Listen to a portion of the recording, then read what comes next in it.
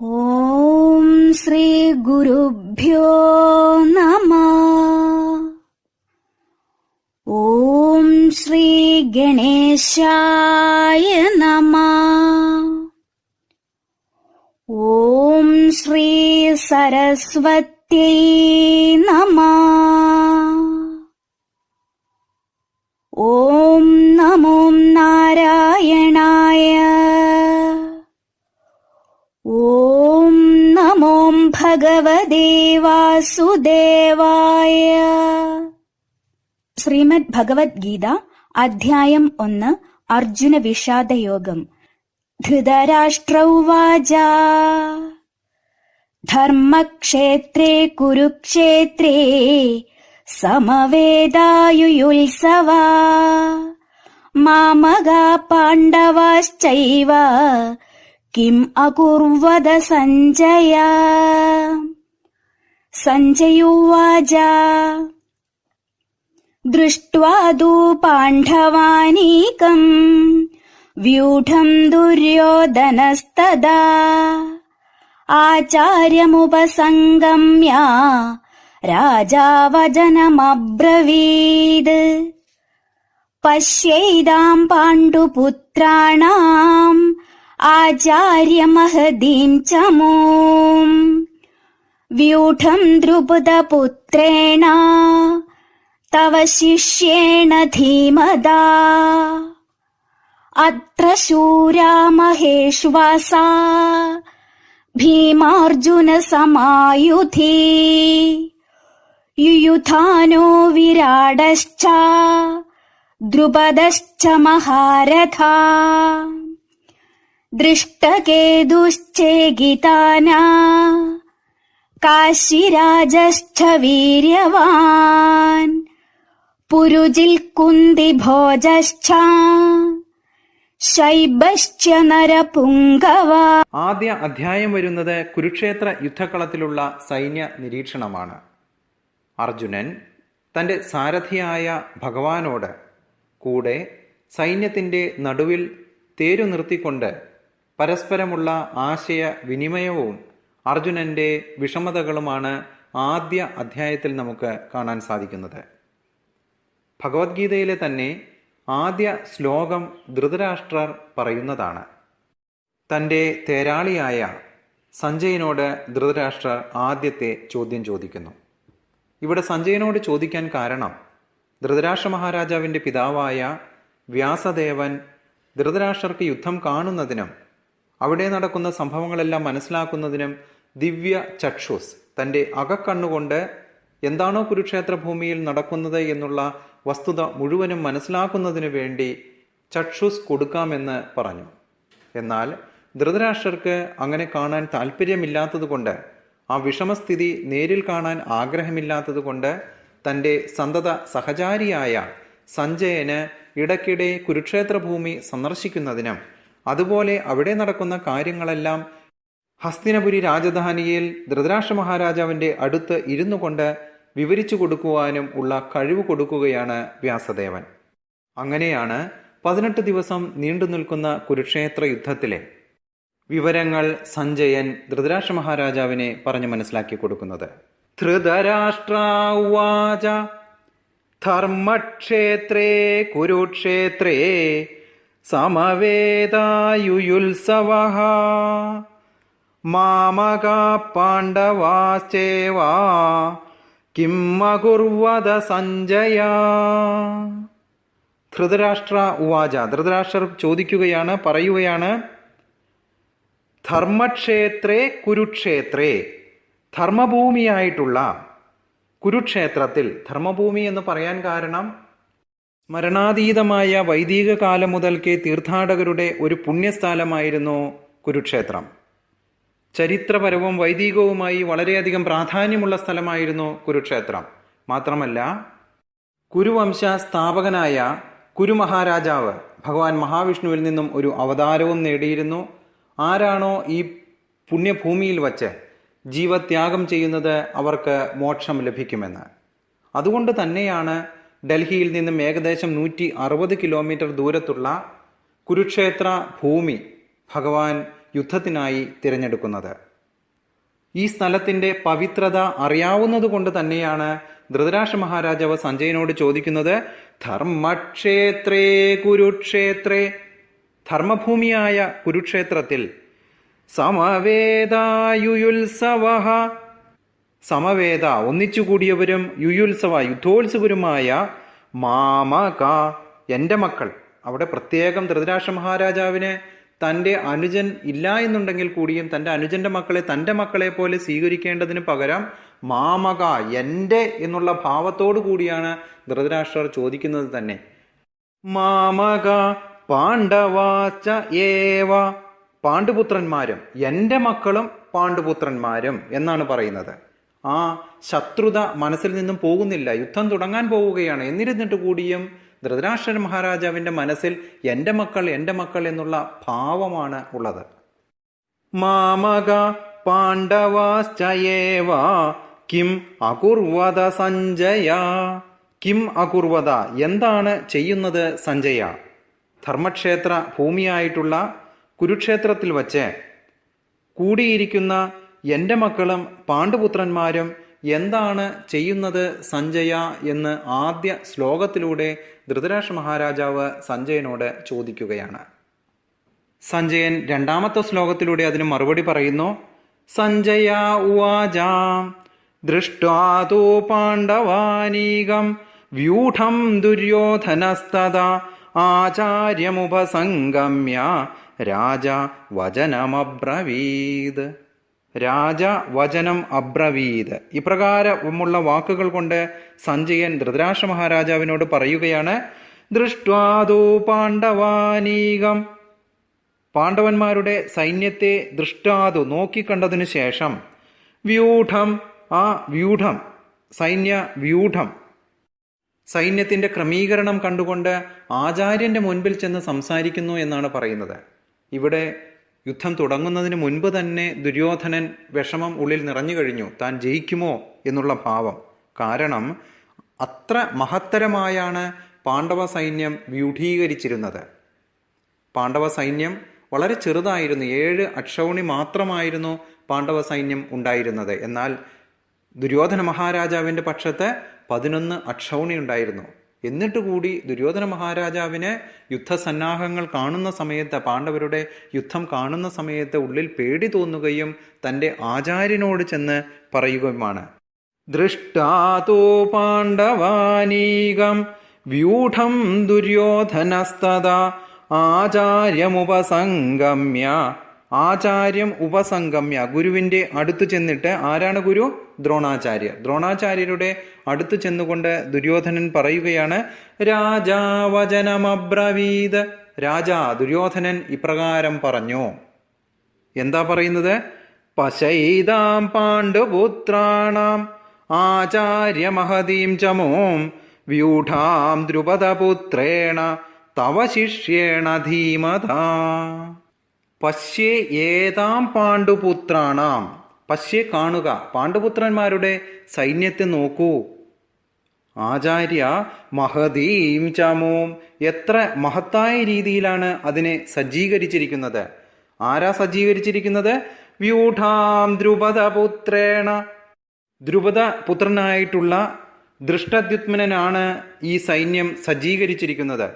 തവ ശിഷ്യേണ ധീമത, തവ ശിഷ്യേണ ധീമത, തവ ശിഷ്യേണ അങ്ങയുടെ ശിഷ്യനാണ്, അതുപോലെ തന്നെ ബുദ്ധിമാനാണ്.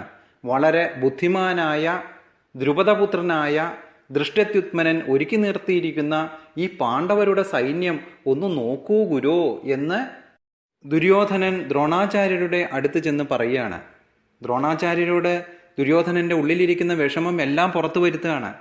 ഇവരെ എല്ലാം പഠിപ്പിച്ചത് ദ്രോണാചാര്യരാണ്. പിന്നെ എന്തുകൊണ്ടാണ് തൻ്റെ ഭാഗത്തേക്ക് ദൃഷ്ടദ്യുത്മനെ അങ്ങ് കൊണ്ടുവരാതിരുന്നത്? ഇനി അങ്ങയുടെ ശിഷ്യനാണ് എന്ന് കരുതി യുദ്ധം ചെയ്യുന്ന സമയത്ത് യാതൊരു വിധത്തിലുള്ള മനോചാഞ്ചല്യങ്ങളും ഉണ്ടാകരുത്. അർജുനൻ അങ്ങയുടെ ശിഷ്യനാണ്, വില്ലാളി വീരനാണ്. ഇതൊന്നും അങ്ങയുടെ മനസ്സിൽ ഉണ്ടാകരുത്. അവയുടെ സൈന്യം നോക്കിക്കോളൂ, നമുക്ക് ജയിക്കണം എന്നുള്ള ലക്ഷ്യത്തോടു കൂടിയാണ് സൈന്യം കണ്ടതിന് ശേഷവും ദുര്യോധനൻ ആചാര്യന്റെ മുൻപിൽ ചെന്ന് പറയുന്നത്. പിന്നീട് ദുര്യോധനൻ പറയുകയാണ്, സൈന്യത്തെ നോക്കൂ, ആരെല്ലാമാണ് അവിടെ നിൽക്കുന്നതെന്ന് അങ്ങൊന്ന് നോക്കിക്കോളൂ. അവിടെ അത്ര ശൂരാ മഹേശ്വാസ ഭീമാർജുന സമായുധി യുയുധാനോ വിരാടശ്ച ദ്രുപദശ്ച മഹാരഥഃ. അവിടെ ഭീമാർജുനന്മാരോട് കിടനിൽക്കുന്ന യുയുധാനനുണ്ട്. അത്ര ശൂരാ മഹേശ്വാസ ഭീമാർജുന സമായുധി യുയുധാനോ വിരാടശ്ച, വിരാടനുണ്ട്. ദ്രുപദശ്ച മഹാരഥഃ, ദ്രുപദനെ പോലുള്ള മഹാരഥന്മാരുണ്ട്. അനേകം ആനകളുടെ ശക്തിയുള്ള, അനേകം ആനകളുടെ സൈന്യത്തോട് പോരാടാൻ തയ്യാറുള്ള യുയുധാനൻ, വിരാടൻ, ദ്രുപദൻ പോലുള്ള മഹാന്മാരാണ് അവിടെ നിൽക്കുന്നത്. ഭീമനും അർജുനനും മാത്രമല്ല അവിടെ ഉള്ളത്, അവരെപ്പോലെ തന്നെ ശക്തിമാന്മാരായ ആളുകൾ അവിടെ ഉണ്ട്. അങ്ങൊന്ന് നോക്കിക്കോളൂ. അതിനെ നയിക്കുന്നത് ദൃഷ്ടദ്യുമ്നനാണ്. അവനാണ് ഈ സൈന്യത്തെ സജ്ജീകരിച്ചിരിക്കുന്നത് എന്ന് പറയുന്നു ദുര്യോധനൻ. വേറെ ആരെല്ലാമാണ് അവിടെ ഉള്ളത്? ദൃഷ്ടകേതോ ചേകിദാന കാശിരാജശ്ച വീര്യവാൻ പുരുജിത് കുന്തിഭോജശ്ച ശൈബ്യശ്ച നരപുംഗവഃ. നരപുംഗവ, നരന്മാരിൽ ശ്രേഷ്ഠന്മാരായിട്ടുള്ള ദൃഷ്ടകേതു ഉണ്ട്. ദൃഷ്ടകേതോ ചേകിദാന, ചേകിദാനനുണ്ട്. കാശിരാജശ്ച വീര്യവാൻ, കാശിരാജാവിനെ പോലുള്ള വീരന്മാരുണ്ട്. പുരുജിത്തുണ്ട്, കുന്തിഭോജനുണ്ട്, ശൈബ്യനുണ്ട് എന്നീ യോദ്ധാക്കളെല്ലാം തന്നെ അവിടെ ഉണ്ട്. അങ്ങ് നോക്കൂ, എത്ര മനോഹരമായാണ് അതിനെ സജ്ജീകരിച്ചിരിക്കുന്നത്. അങ്ങയുടെ ശിഷ്യനായ ദൃഷ്ടദ്യുമ്നനാണ്. യാതൊരു തരത്തിലും മനോചാഞ്ചല്യം അങ്ങേക്ക് ഉണ്ടാകരുത്. നമ്മുടെ സൈന്യം വലുതാണ് എങ്കിലും അവിടെയും വലിയ വലിയ ആൾക്കാരുണ്ട്, നിരന്നു നിൽക്കുന്നുണ്ട്. യാതൊരു തരത്തിലുള്ള ദയാദാക്ഷിണ്യവും അങ്ങയുടെ കണ്ണുകളിൽ വന്നു പോകരുത് എന്ന് വീണ്ടും പറയുകയാണ് ദുര്യോധന മഹാരാജാവ്.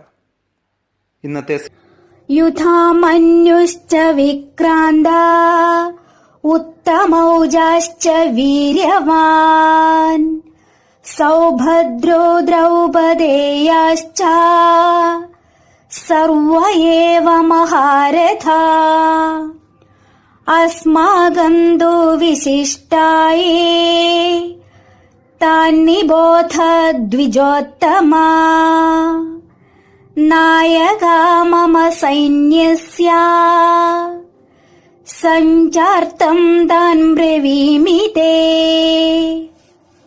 ഭവാൻ ഭീഷ്മശ്ച കർണശ്ച കൃപശ്ച സമദീഞ്ജയ അശ്വത്ഥാമാ വികർണശ്ച സൗമദത്തർജയദ്രഥാ അന്യേ ച ബഹവഃ ശൂരാ മദർത്തേ ത്വത്തജീവിതാ നാനാശസ്ത്രപ്രഹരണാ സർവേ യുദ്ധവിശാരദാ അപര്യാപ്തം തദസ്മാകം ബലം ഭീഷ്മാഭിരക്ഷിതം പര്യാപ്തം ത്വിദമേതേഷാം ബലം ഭീമാഭിരക്ഷിതം. ദുര്യോധനൻ തൻ്റെ ഗുരുവായ ദ്രോണാചാര്യരോട് ചെന്ന് പറയുകയാണ്, യുധാമന്യുശ്ച വിക്രാന്ത ഉത്തമൗജാശ്ച വീര്യവാൻ സൗഭദ്രോ ദ്രൗപദേയാശ്ച സർവ ഏവ മഹാരഥാ. സർവ ഏവ മഹാരഥ, അനേകം ആനകളോട് പൊരുതാൻ പാകത്തിന് ശക്തിയുള്ള മഹാന്മാരായിട്ടുള്ള ആളുകളാണ് അവിടെ വേറെയുമുള്ളത്. ആരൊക്കെയാണ്? യുധാമന്യു, യുധാമന്യു പാഞ്ചാല രാജകുമാരനാണ് യുധാമന്യു, ദ്രൗപദീ ദേവിയുടെ സഹോദരൻ, ദൃഷ്ടദ്യുമ്നന്റെ സഹോദരൻ. യുധാമന്യുശ്ച വിക്രാന്ത, വിക്രാന്ത വീരനാണ്, വിക്രമിയായ വീരനായിട്ടുള്ള യുധാമന്യു ഉണ്ട്. ഉത്തമൗജാശ്ച വീര്യവാൻ, ഉത്തമൗജസ് ഉണ്ട് അവിടെ, ദ്രുപദപുത്രൻ തന്നെയാണ് ഉത്തമൗജസം. യുധാമന്യുവിൻ്റെ സഹോദരനായ ഉത്തമൗജസ് ഉണ്ട്. ദൃഷ്ടദ്യുമ്നന്റെ സഹോദരന്മാരാണ് രണ്ടുപേരും, ദ്രൗപദീ ദേവിയുടെ സഹോദരന്മാരാണ് രണ്ടുപേരും. ദൃഷ്ടദ്യുമ്നന്റെ നിർദ്ദേശപ്രകാരം യുദ്ധത്തിൽ ഏറ്റവും പ്രധാനിയായിട്ടുള്ള അർജുനൻ്റെ ഇടതുരഥത്തിൻ്റെയും വലതുരഥത്തിൻ്റെയും കാവൽക്കാരായിരുന്നു യുധാമന്യുവും അതുപോലെ തന്നെ ഉത്തമൗജസും. അവർക്കായിരുന്നു അർജുനൻ്റെ രഥത്തിൻ്റെ കാവൽ. യാതൊന്നും അർജുനൻ്റെ രഥത്തിന് സംഭവിക്കാതെ രണ്ട് ഭാഗത്തു നിന്നും അർജുനൻ്റെ രഥത്തെ സംരക്ഷിക്കുകയായിരുന്നു അവരുടെ പ്രധാനമായുള്ള ജോലി. പിന്നെ ആരാ ഉള്ളത്? സൗഭദ്രോ, സുഭദ്രാപുത്രൻ, വില്ലാളി വീരനായിട്ടുള്ള അഭിമന്യു, അർജുനൻ്റെയും സുഭദ്രയുടെയും മകനായ അഭിമന്യു. പിന്നെ ദ്രൗപദേയാശ്ച, ദ്രൗപദിയുടെ പുത്രന്മാർ, പ്രതിവിന്ധ്യ, ശ്രുതസോമ, ശ്രുതകർമ്മ, സദാനിക, ശ്രുതസേന, ഉപപാണ്ഡവർ എന്ന് വിളിക്കപ്പെടുന്ന 5 പേരും ദ്രൗപദിയുടെ പുത്രന്മാർ. ഇവരെല്ലാവരും തന്നെ മഹാന്മാരാണ്. യുധാമന്യുശ്ച വിക്രാന്ത ഉത്തമൗജാശ്ച വീര്യവാൻ സൗഭദ്രോ ദ്രൗപദേയാശ്ച സർവ ഏവ മഹാരഥ. പാണ്ഡവ സൈന്യം കാണുമ്പോൾ ദുര്യോധനന് ഒരു പേടി തോന്നുകയാണ്. അതുകൊണ്ടാണ് ദ്രോണാചാര്യരുടെ മുമ്പിൽ ചെന്ന് പറയുന്നത്, ഇന്ന ശ്രേഷ്ഠരായ ആൾക്കാരെല്ലാവരും അവിടെ ഉണ്ട് എന്ന് പറയുകയാണ്. അതിനുശേഷം പറയുന്നു, അസ്മാകം തൂ വിശിഷ്ടായേ താൻ നിബോധതിജോത്തമ നായക മമ സൈന്യസ്യ സംജ്ഞാർത്ഥം താൻ ബ്രവീമിതേ. ദ്വിജ ഉത്തമ, ദ്വിജന്മാരിൽ ശ്രേഷ്ഠനായ ദ്രോണാചാര്യരെ താൻ നിബോധ, അങ്ങ് അറിയുന്നതിന് വേണ്ടി ഞാൻ പറഞ്ഞു തരാം. അസ്മാകം തൂ വിശിഷ്ടായേ, എന്താ പറയാൻ പോകുന്നത്? നമ്മുടെ സൈന്യത്തിലെ പ്രധാനപ്പെട്ട വിശിഷ്ടരായ ആളുകളെക്കുറിച്ചും ഞാൻ അങ്ങയോട് പറഞ്ഞു തരാം. നായക മമ സൈന്യസ്യ, നമ്മുടെ സൈന്യത്തിൻ്റെ നായക മമ സൈന്യസ്യ. മമ എന്നാണ് ഇവിടെ ദുര്യോധനൻ പറയുന്നത്. എൻ്റെ എന്നുള്ള ഭാവമാണ് അപ്പോഴും ദുര്യോധനൻ്റെ തലയിലുള്ളത്. എൻ്റെ സൈന്യത്തിലെ നായക മമ സൈന്യസ്യ, നേതാക്കന്മാരായിട്ടുള്ളവർ, സൈന്യത്തിന് മുൻനിരയിൽ നിൽക്കുന്നവർ ആരെല്ലാമാണ് എന്ന് സംജ്ഞാർത്ഥം താൻ ബ്രവീമിതേ, ബ്രവീമിതേ പറയാം. സംജ്ഞാർത്ഥം, അങ്ങ് അറിയുന്നതിന് വേണ്ടി ആരൊക്കെയാണ് എൻ്റെ സൈന്യത്തിലെ മുൻനിരയിൽ നിൽക്കുന്ന മഹാന്മാർ എന്നുകൂടി ഞാൻ അങ്ങ് അറിയുന്നതിന് വേണ്ടി പറഞ്ഞു തരാം. അസ്മാകം തൂ വിശിഷ്ടായേ താൻ നിബോധ ദ്വിജോത്തമ നായക മമ സൈന്യസ്യ സംജ്ഞാർത്ഥം താൻ ബ്രവീമിതേ. ആരൊക്കെയാ ഉള്ളത്? ഭവാൻ, ഭീഷ്മശ്ച, കർണശ്ച, കൃപശ്ച, സമതീം ജയ, അശ്വത്ഥാത്മാ വികർണശ്ച, സൗമദത്തിസ്തഥൈവ ച. ഭവാൻ, അങ്ങ്, വില്ലാളി വീരനായ ദ്രോണാചാര്യർ, എല്ലാവരുടെയും ഗുരുവായിട്ടുള്ള ദ്രോണാചാര്യനുണ്ട്. ഭീഷ്മശ്ച, ഭീഷ്മദേവനുണ്ട്, മുത്തച്ഛനായിട്ടുള്ള ഭീഷ്മദേവനുണ്ട്. കർണശ്ച, കർണനുണ്ട്.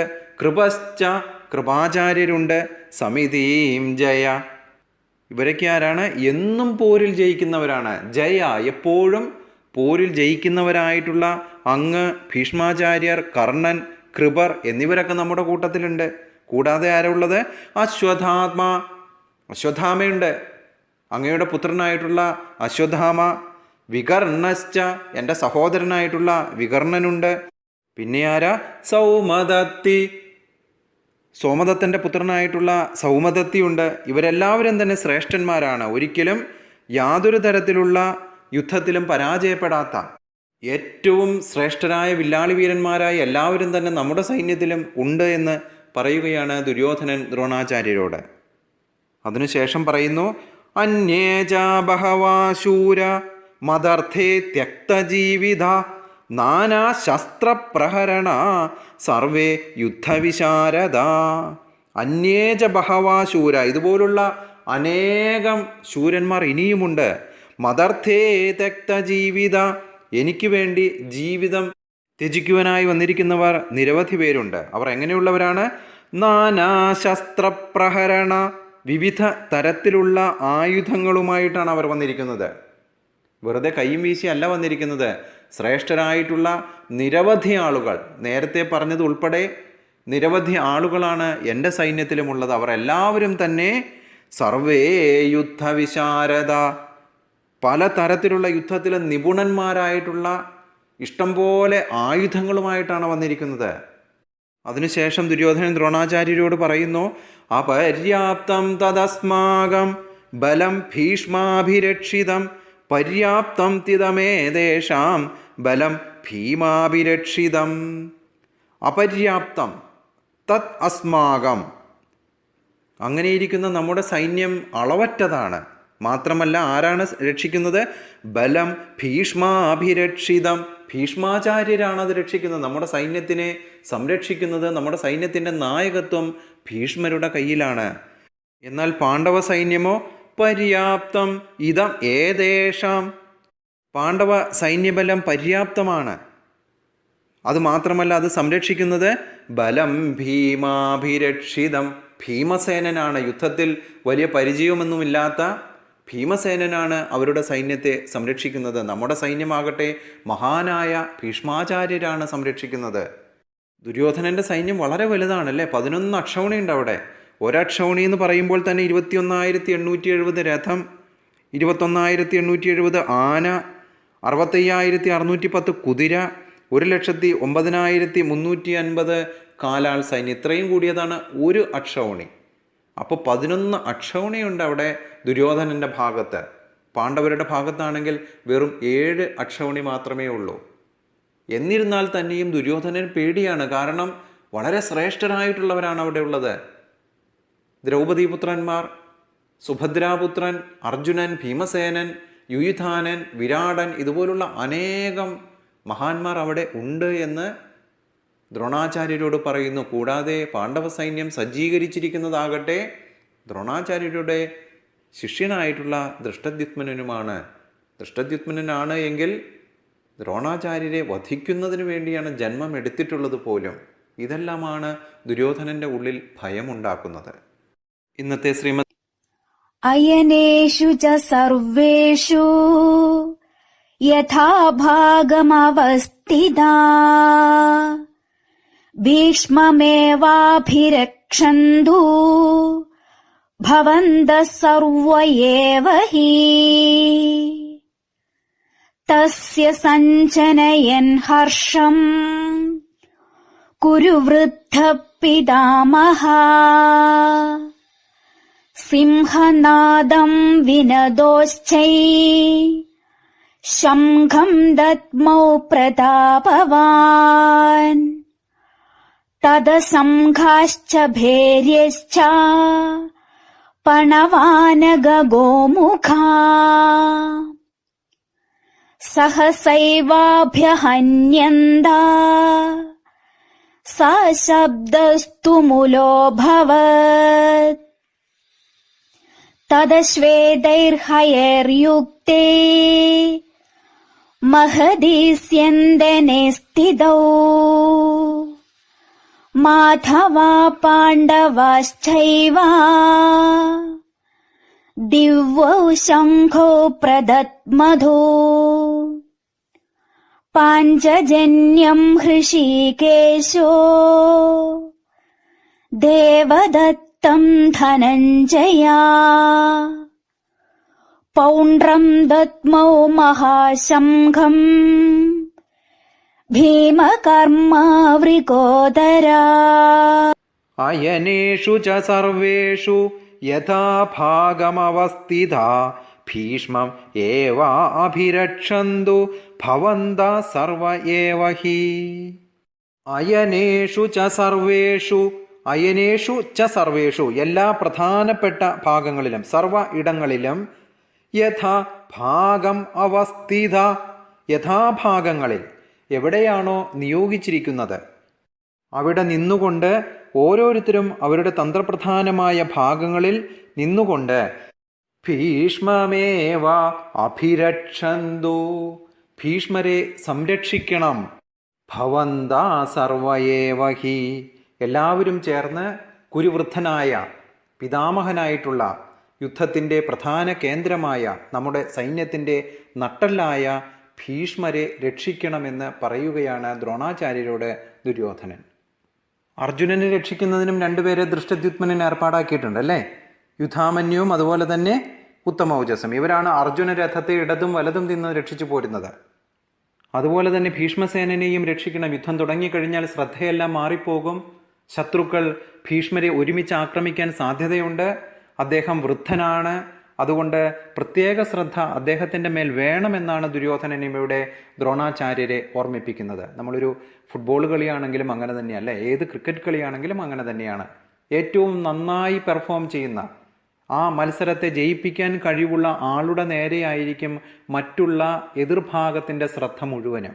അതോടൊപ്പം തന്നെ ഈ നേതാവിനെ, തങ്ങളെ ജയിപ്പിക്കാൻ കരുത്തുള്ള നേതാവിനെ സംരക്ഷിക്കുക എന്നുള്ളതും ആ വിഭാഗത്തിൻ്റെ ആവശ്യം തന്നെയാണ്. ഇതു കേൾക്കുന്ന ഭീഷ്മർ താൻ വൃദ്ധനാണ്, തന്നെ സംരക്ഷിക്കണമെന്നെല്ലാം ദുര്യോധന മഹാരാജാവ് ദ്രോണാചാര്യരോട് പറയുന്ന സമയത്ത് താൻ അങ്ങനെയൊന്നുമല്ല എന്നുള്ളത് തൻ്റെ കൊച്ചുമകനെ അറിയിക്കുന്നതിനും സൈന്യത്തെ മുഴുവനും ഉത്തേജിപ്പിക്കുന്നതിനും വേണ്ടി, താൻ ഇപ്പോഴും കേമനാണ്, പ്രതാപവാനാണ് എന്ന് അറിയിക്കുന്നതിനു വേണ്ടി ഭീഷ്മർ തസ്യ സംജനയൻ ഹർഷം കുരുവൃദ്ധ പിതാമഹ സിംഹനാദം വിനോദ്യോച്ചൈ ശംഖം ദത്മൗ പ്രതാപവാൻ. തസ്യ ആ സമയം ദുര്യോധനന് സംജനയൻ ഹർഷം സന്തോഷം ഉണ്ടാകുന്നതിനു വേണ്ടി കുരുവൃദ്ധനായിട്ടുള്ള പിതാമഹനും കുരുവൃദ്ധനുമായ ഭീഷ്മാചാര്യർ തൻ്റെ കൊച്ചുമകന് സന്തോഷം ഉണ്ടായിക്കോട്ടെ എന്ന് കരുതി സിംഹനാദം വിനോദ്യോ ഉച്ചത്തിൽ അത്ര അധികമായ സ്വരത്തിൽ സിംഹത്തിൻ്റേതുപോലുള്ള ശബ്ദം ധ്വനിപ്പിച്ചുകൊണ്ട് ശംഖം ദത്മൗ പ്രതാപവാൻ, പ്രതാപശാലിയായ ഭീഷ്മാചാര്യർ തൻ്റെ ശംഖെടുത്ത് ഊതി എന്ന് പറയുകയാണ്. ഭീഷ്മാചാര്യർ തൻ്റെ സിംഹനാദം പോലുള്ള ശംഖധ്വനിയിലൂടെ സൈന്യത്തെ മുഴുവനും അറിയിക്കുകയാണ്, ഞാനിപ്പോഴും പ്രതാപശാലിയാണ്, ഹേ ദുര്യോധന, നീ വിഷമിക്കേണ്ടതില്ല എന്നുള്ള ഒരു ശംഖധ്വനിയായിരുന്നു ആ സമയം ദുര്യോധനൻ്റെ ഉള്ളിലേക്ക് കടന്നു വരുന്നത്. ഇത് കേൾക്കുമ്പോൾ കാര്യം ഭീഷ്മാചാര്യർക്ക് അറിയാം ഈ യുദ്ധം പാണ്ഡവരാണ് ജയിക്കാൻ പോകുന്നത് എന്നുള്ളത്. കാരണം ശ്രീകൃഷ്ണ ഭഗവാൻ അവരുടെ കൂടെയാണ്. എവിടെയാണോ ധർമ്മമുള്ളത് ആ ധർമ്മമേ വിജയിക്കൂ എന്നുള്ളതെല്ലാം ഭീഷ്മാചാര്യർക്ക് അറിയാം. എന്നിരുന്നാൽ തന്നെയും തൻ്റെ കർത്തവ്യം എന്താണോ അത് നിറവേറ്റാൻ താൻ അങ്ങേയറ്റം ശ്രമിക്കും എന്നാണ് ഈ ശംഖധ്വനിയിലൂടെ അദ്ദേഹം ദുര്യോധനനെയും അതുപോലെ തന്നെ വിശ്വസിച്ച് തൻ്റെ പുറകിൽ നിരന്നിരിക്കുന്ന സൈന്യത്തെയും അറിയിക്കുന്നത്. യുദ്ധം തുടങ്ങട്ടെ എന്നുള്ള ഈ ശംഖധ്വനി മുഴങ്ങുന്ന സമയത്ത് അവിടെ കൂടിയിരുന്ന ജനങ്ങൾ, നമ്മൾ ഏത് ക്രിക്കറ്റ് കളി കാണുകയാണെങ്കിലും ഫുട്ബോൾ കളി കാണുകയാണെങ്കിലും ആ മത്സരത്തിനിടയിൽ അതിനു ചുറ്റും ഒരുപാട് ജനങ്ങൾ കൂടിയിരിക്കും. അതുപോലെ തന്നെ തൻ്റെ സൈന്യത്തെ, തൻ്റെ പിറകിൽ നിൽക്കുന്ന സൈന്യത്തെ ഉന്മാദിപ്പിക്കുന്നതിനു വേണ്ടി, അവരിൽ സന്തോഷം ജനിപ്പിക്കുന്നതിനു വേണ്ടി ഇവിടെയും അനേകം മേളക്കാർ നിരന്നിരുന്നു. ഈ ശംഖധ്വനി മുഴങ്ങുന്നതോടുകൂടി തഥാ ശംഖാശ്ച ഭേര്യശ്ച പണവാനകഗോമുഖ, തഥാ ആ സമയത്ത് തന്നെ, എപ്പോഴാണോ ഭീഷ്മാചാര്യർ ശംഖധ്വനി മുഴക്കിയത് ആ സമയത്തു തന്നെ ശംഖാശ്ച ശംഖുകളും ഭേര്യശ്ച ചെണ്ടകൾ പണവാനകഗോമുഖ പെരുമ്പറകൾ ഇവയെല്ലാം തന്നെ, കൊമ്പുകൾ, കുഴലുകൾ ഇവയെല്ലാം തന്നെ സഹസായേവ അഭ്യഹന്യന്ത, സഹസായവ പെട്ടെന്ന് തന്നെ ഒരേ സമയത്ത് സശബ്ദ തുമുലോ അഭവത് ശബ്ദമുണ്ടാക്കാൻ തുടങ്ങി. എല്ലാ ദിക്കുകളും നിറയുന്ന പെരുമ്പറകളും കൊമ്പുകളും കുഴലുകളും കൊണ്ട് ശബ്ദമുഖരിതമാവുകയാണ് ആ കുരുക്ഷേത്ര യുദ്ധഭൂമി. ഇനി നമുക്ക് മറുവശത്തേക്കൊന്ന് നോക്കാം. മറുവശത്ത് എങ്ങനെയാണ്? തദ ശേതൈ ഹയയുക്തേ മഹതി സ്യന്ദനേ സ്ഥിതൗ മാധവ പാണ്ഡവ ചയേവ ദിവ്യൗ ശംഖൗ പ്രഥത്മദൂ. തഥാ ഭീഷ്മാചാര്യർ ശംഖുമുഴക്കി. ആ ശംഖുനാദം കേൾക്കുന്ന ഉടനെ തന്നെ ഇപ്പുറത്തേക്ക് നമ്മൾ നോക്കുമ്പോൾ കാണുന്നത് ശ്വേത ഹയയുക്തേ, ശ്വേത ഹയയുക്തേ വെളുത്ത കുതിരകളെ പൂട്ടിയ മഹതി സ്യന്ദനേ സ്ഥിതൗ വലിയ തേരിലിരിക്കുകയാണ്. ആരൊക്കെ? മാധവ ഭഗവാൻ ശ്രീകൃഷ്ണൻ, ലക്ഷ്മീപതിയായിട്ടുള്ള ഭഗവാൻ ശ്രീകൃഷ്ണനുണ്ട്. പാണ്ഡവാശ്ചയേവ പാണ്ഡവരിൽ അർജുനനുണ്ട്. ദിവ്യൗ ശംഖൗ പ്രഥത്മദോ അവരുടെ ദിവ്യങ്ങളായ ശംഖുകളും. ഭഗവാന്റെയും അർജുനന്റെയും ശംഖുകൾ ദിവ്യങ്ങളാണ് എന്നാണ് പറയുന്നത്. വെളുത്ത കുതിരകളായിരുന്നു അല്ലേ? 4 വെളുത്ത കുതിരകൾ, ഭഗവാൻ കൊടുത്ത 4 കുതിരകളാണ് അർജുനനുണ്ടായിരുന്നത്. എന്താ പേരെന്നറിയോ? ശൈബ്യൻ, സുഗ്രീവൻ, മേഘപുഷ്പൻ, ബലാഹകൻ. ഇങ്ങനെ 4 ശ്വേതൈ വെളുത്ത കുതിരകൾ, വെളുത്ത കുതിരകളെ പൂട്ടിയ മഹാരഥൗ മഹാരഥത്തിൽ ഇരുന്നു കൊണ്ട്, മഹാരഥം എവിടെ നിന്നാണ്? വരുണദേവൻ കൊടുക്കുന്നതാണല്ലേ. വാനരധ്വജം നാട്ടിയ ആ രഥം അഗ്നിദേവന്റെ ആവശ്യപ്രകാരം വരുണദേവൻ കൊടുക്കുന്നതാണ്. ഗാന്ധവ ദഹന സമയത്ത് ഗാന്ധീവം എന്ന വില്ലും അക്ഷയതൂണിയും വാനര ധ്വജം നാട്ടിയ രഥവും കൊടുക്കുകയാണ് വരുണദേവൻ. അതാണ് ഇപ്പോൾ ആ രഥത്തിലിരുന്നു കൊണ്ടാണ് ഭഗവാനും അർജുനനും തൻ്റെ ദിവ്യങ്ങളായ ശംഖുകൾ ഊതുന്നത്. ഏതൊക്കെയായിരുന്നു ആ ശംഖുകൾ? പാഞ്ചജന്യം ഋഷികേശോ ദേവദത്തം ധനഞ്ജയ പൗണ്ഡ്രം ദത്മൗ മഹാശംഖം ഭീമകർമാവൃഗോദരഃ. പാഞ്ചജന്യം ഋഷികേശോ. ഭഗവാൻ ഇവിടെ ഋഷികേശൻ എന്നാണ് വിളിക്കുന്നത്. എന്താ കാരണം? സകല ഇന്ദ്രിയങ്ങളുടെയും നാഥനാണ് ഭഗവാൻ. എല്ലാ ഇന്ദ്രിയങ്ങളും ഭഗവാനാലാണ് നിയന്ത്രിക്കപ്പെടുന്നത്. ഇവിടെ പാഞ്ചജന്യം 5 ഇന്ദ്രിയങ്ങളെയും നിയന്ത്രിക്കപ്പെടുന്നവനായ ഋഷികേശനായിട്ടുള്ള ഭഗവാൻ വിളിക്കുന്ന ശംഖിൻ്റെ പേരാണ് പാഞ്ചജന്യം. എങ്ങനെയാ ഭഗവാന് പാഞ്ചജന്യം കിട്ടുന്നത്?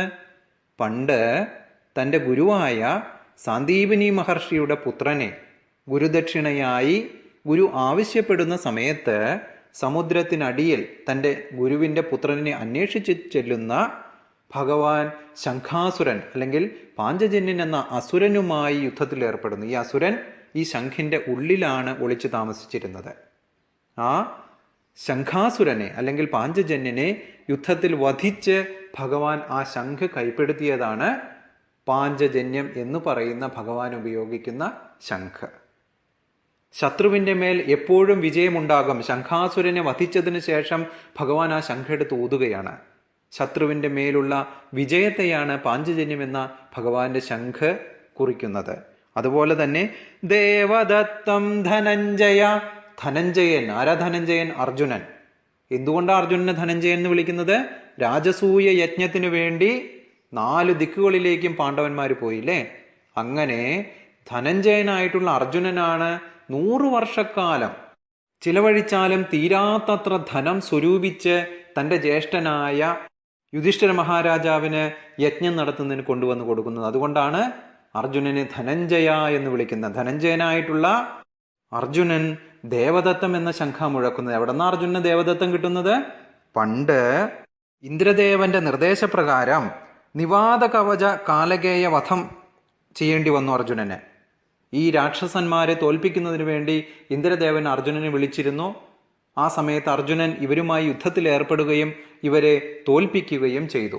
ആ സന്തോഷം കൊണ്ടാണ് ഇന്ദ്രദേവൻ അർജുനന് ദേവദത്തം, ദേവൻ നൽകിയത് എന്ന അർത്ഥം വരുന്ന ദേവദത്തം എന്ന ശംഖ് കൊടുക്കുന്നത്. ഇഷ്ടംപോലെ സമ്മാനം വേറെയും കൊടുത്തു അർജുനൻ ഇന്ദ്രദേവൻ ആ സമയത്ത്. ഇഷ്ടംപോലെ സ്വർണം, രത്നമാലകൾ, പട്ടുവസ്ത്രങ്ങൾ, കിരീടം, ഇങ്ങനെ നിരവധി സമ്മാനങ്ങൾ ഇന്ദ്രദേവൻ ആ സമയത്ത് അർജുനന് കൊടുത്തു. ഈ കാലകേയ വധം കഴിഞ്ഞ് അർജുനൻ വരുന്ന സമയത്ത്. പിന്നെ ആരാ ശംഖ് വിളിക്കുന്നത്? പൗണ്ഡ്രം ദത്മൗ മഹാശംഖം. വലിയ ശംഖായിട്ടുള്ള പൗണ്ഡ്രം. പൗണ്ഡ്രം ഭീമസേന മരുത്തൻ്റെ അടുത്ത് നിന്നാണ് കിട്ടുന്നത്. ആ വളരെ വലിയ ശംഖും പൗണ്ഡ്രം ദത്മൗ മഹാശംഖം, മഹാശംഖമായിട്ടുള്ള പൗണ്ഡ്രമും വിളിച്ചു. ആരെ വിളിച്ചത്? ഭീമകർമാവൃഗോദരഃ. ഭീമകർമ്മങ്ങൾ ചെയ്യുന്ന, വലിയ വലിയ കാര്യങ്ങൾ ചെയ്യുന്ന വൃക ഉദരനായിട്ടുള്ള, ചെന്നായിയുടെ ഉദരനായിട്ടുള്ള, വയറുള്ള, ജഠരാഗ്നി വയറ്റിലുള്ള, എന്ത് കഴിച്ചാലും ദഹിക്കാൻ പാകത്തിന് ചെന്നായിയുടെ വയറുള്ള, ജഠരാഗ്നിയുള്ള ഭീമകർമ്മങ്ങൾ ചെയ്യുന്ന, വലിയ വലിയ കർമ്മങ്ങൾ ചെയ്യുന്ന ഭീമസേനനെയാണ് വൃഗോദര എന്ന് പറഞ്ഞിരിക്കുന്നത്. ഇങ്ങനെയെല്ലാം ആരാ സംബോധന ചെയ്യുന്നത്? ഇങ്ങനെയെല്ലാം സഞ്ജയൻ ധൃതരാഷ്ട്രോട് പറഞ്ഞു കൊടുക്കുകയാണ്. ദുര്യോധന മഹാരാജാവ് ദ്രോണാചാര്യരുടെ അടുത്ത് ചെന്ന് ഇങ്ങനെയെല്ലാം പറഞ്ഞു. അത് കേട്ട് ഭീഷ്മാചാര്യർ തൻ്റെ ശംഖെടുത്ത് മുഴക്കി. ശംഖധ്വനി കേട്ടതോടുകൂടി യുദ്ധം തുടങ്ങുകയായി എന്ന് സങ്കല്പത്താൽ പലതരത്തിലുള്ള പെരുമ്പറകൾ മുഴക്കി. ആ സമയം പാണ്ഡവ സൈന്യത്തിൽ ഭഗവാനും അർജുനനും വെള്ളക്കുതിരകളെ പൂട്ടിയ മഹാരഥത്തിൽ ഇരിക്കുകയാണ്. ആ രഥത്തിൽ ഇരുന്നു കൊണ്ട് ഋഷികേശനായിട്ടുള്ള സർവ്വ ഇന്ദ്രിയങ്ങളുടെയും നാഥനായിട്ടുള്ള ഭഗവാൻ ശ്രീകൃഷ്ണൻ തൻ്റെ പാഞ്ചജന്യം എന്ന ശംഖം ധനഞ്ജയനായിട്ടുള്ള, ധനങ്ങളാൽ സമൃദ്ധിയായിട്ടുള്ള അർജുനൻ തൻ്റെ ദേവദത്തം എന്ന ശംഖം, വലിയ വലിയ കാര്യങ്ങൾ ചെയ്യുന്ന വൃഗോദരനായിട്ടുള്ള ഭീമസേനൻ പൗണ്ഡ്രം എന്ന ശംഖം എടുത്ത് മുഴക്കി എന്ന് ധൃതരാഷ്ട്ര മഹാരാജാവിനോട് പറയുകയാണ്. അനന്തവിജയം രാജാ കുന്തിപുത്രോ യുധിഷ്ഠിരാ നകുലഃ സഹദേവശ്ച സുഘോഷാമണിപുഷ്പകൗ കാശ്യശ്ച പരമേശ്വാസാ ശിഖണ്ഡീ ച മഹാരഥാ ദൃഷ്ടദ്യുമ്നോ വിരാടശ്ച സാത്വകിശ്ച പരാജിതാ ദ്രുപദോ ദ്രൗപദേയാശ്ച സർവശ്ച പൃഥിവീപദേ